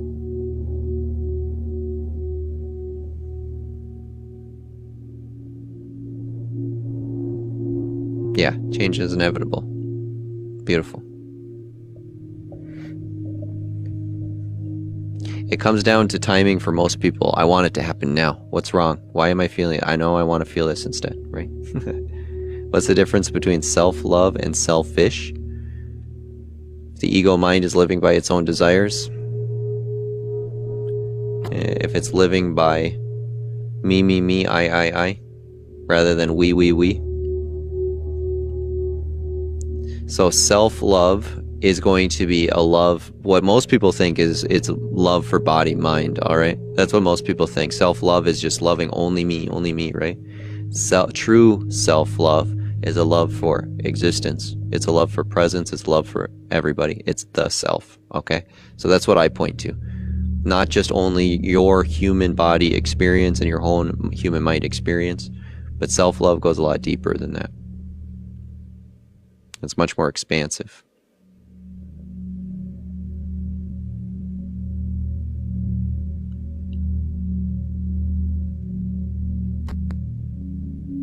Yeah, we're going to do another one here tomorrow night. Every Saturday and Sunday, JC. It's every Saturday and Sunday night. We've been doing these. We've been doing these every Saturday, Sunday. Thank you, everybody, so much for the likes as well. You've crushed it. We're 117,000 likes. That helps get other individuals in here who wouldn't have an opportunity to see something like this otherwise. Because they're going to be up to the whim of the FYP, and generally the FYP isn't going to push something out like this too far unless all of you like it. So that's great. Or share it out.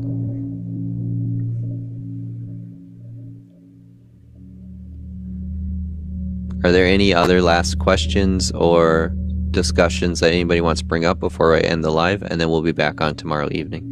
92 shares. You're all awesome. Look at that. Go you. Go you guys. Tonight's been awesome.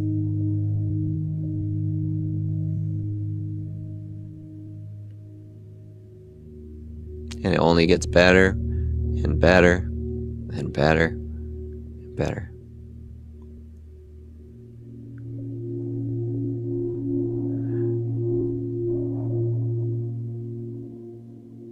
Yeah, all the... Oh, the background screwed it up. Oh no, Wendy. I saw the bear hug, but the background for some reason screwed it up. Oh, I appreciate the bear hug. I don't know why the background screwed it up. Yeah. Excellent. Stay up past your bedtime. I thank everybody so much. Thank you for being in here this evening. Very, very powerful. We'll see some of you tomorrow evening, if not back on Monday morning, right? Monday morning for Motivation Momentum Wake Up. Yeah, the background's fun. Thank you all, everybody. Thank you, thank you, thank you. Have an amazing evening now.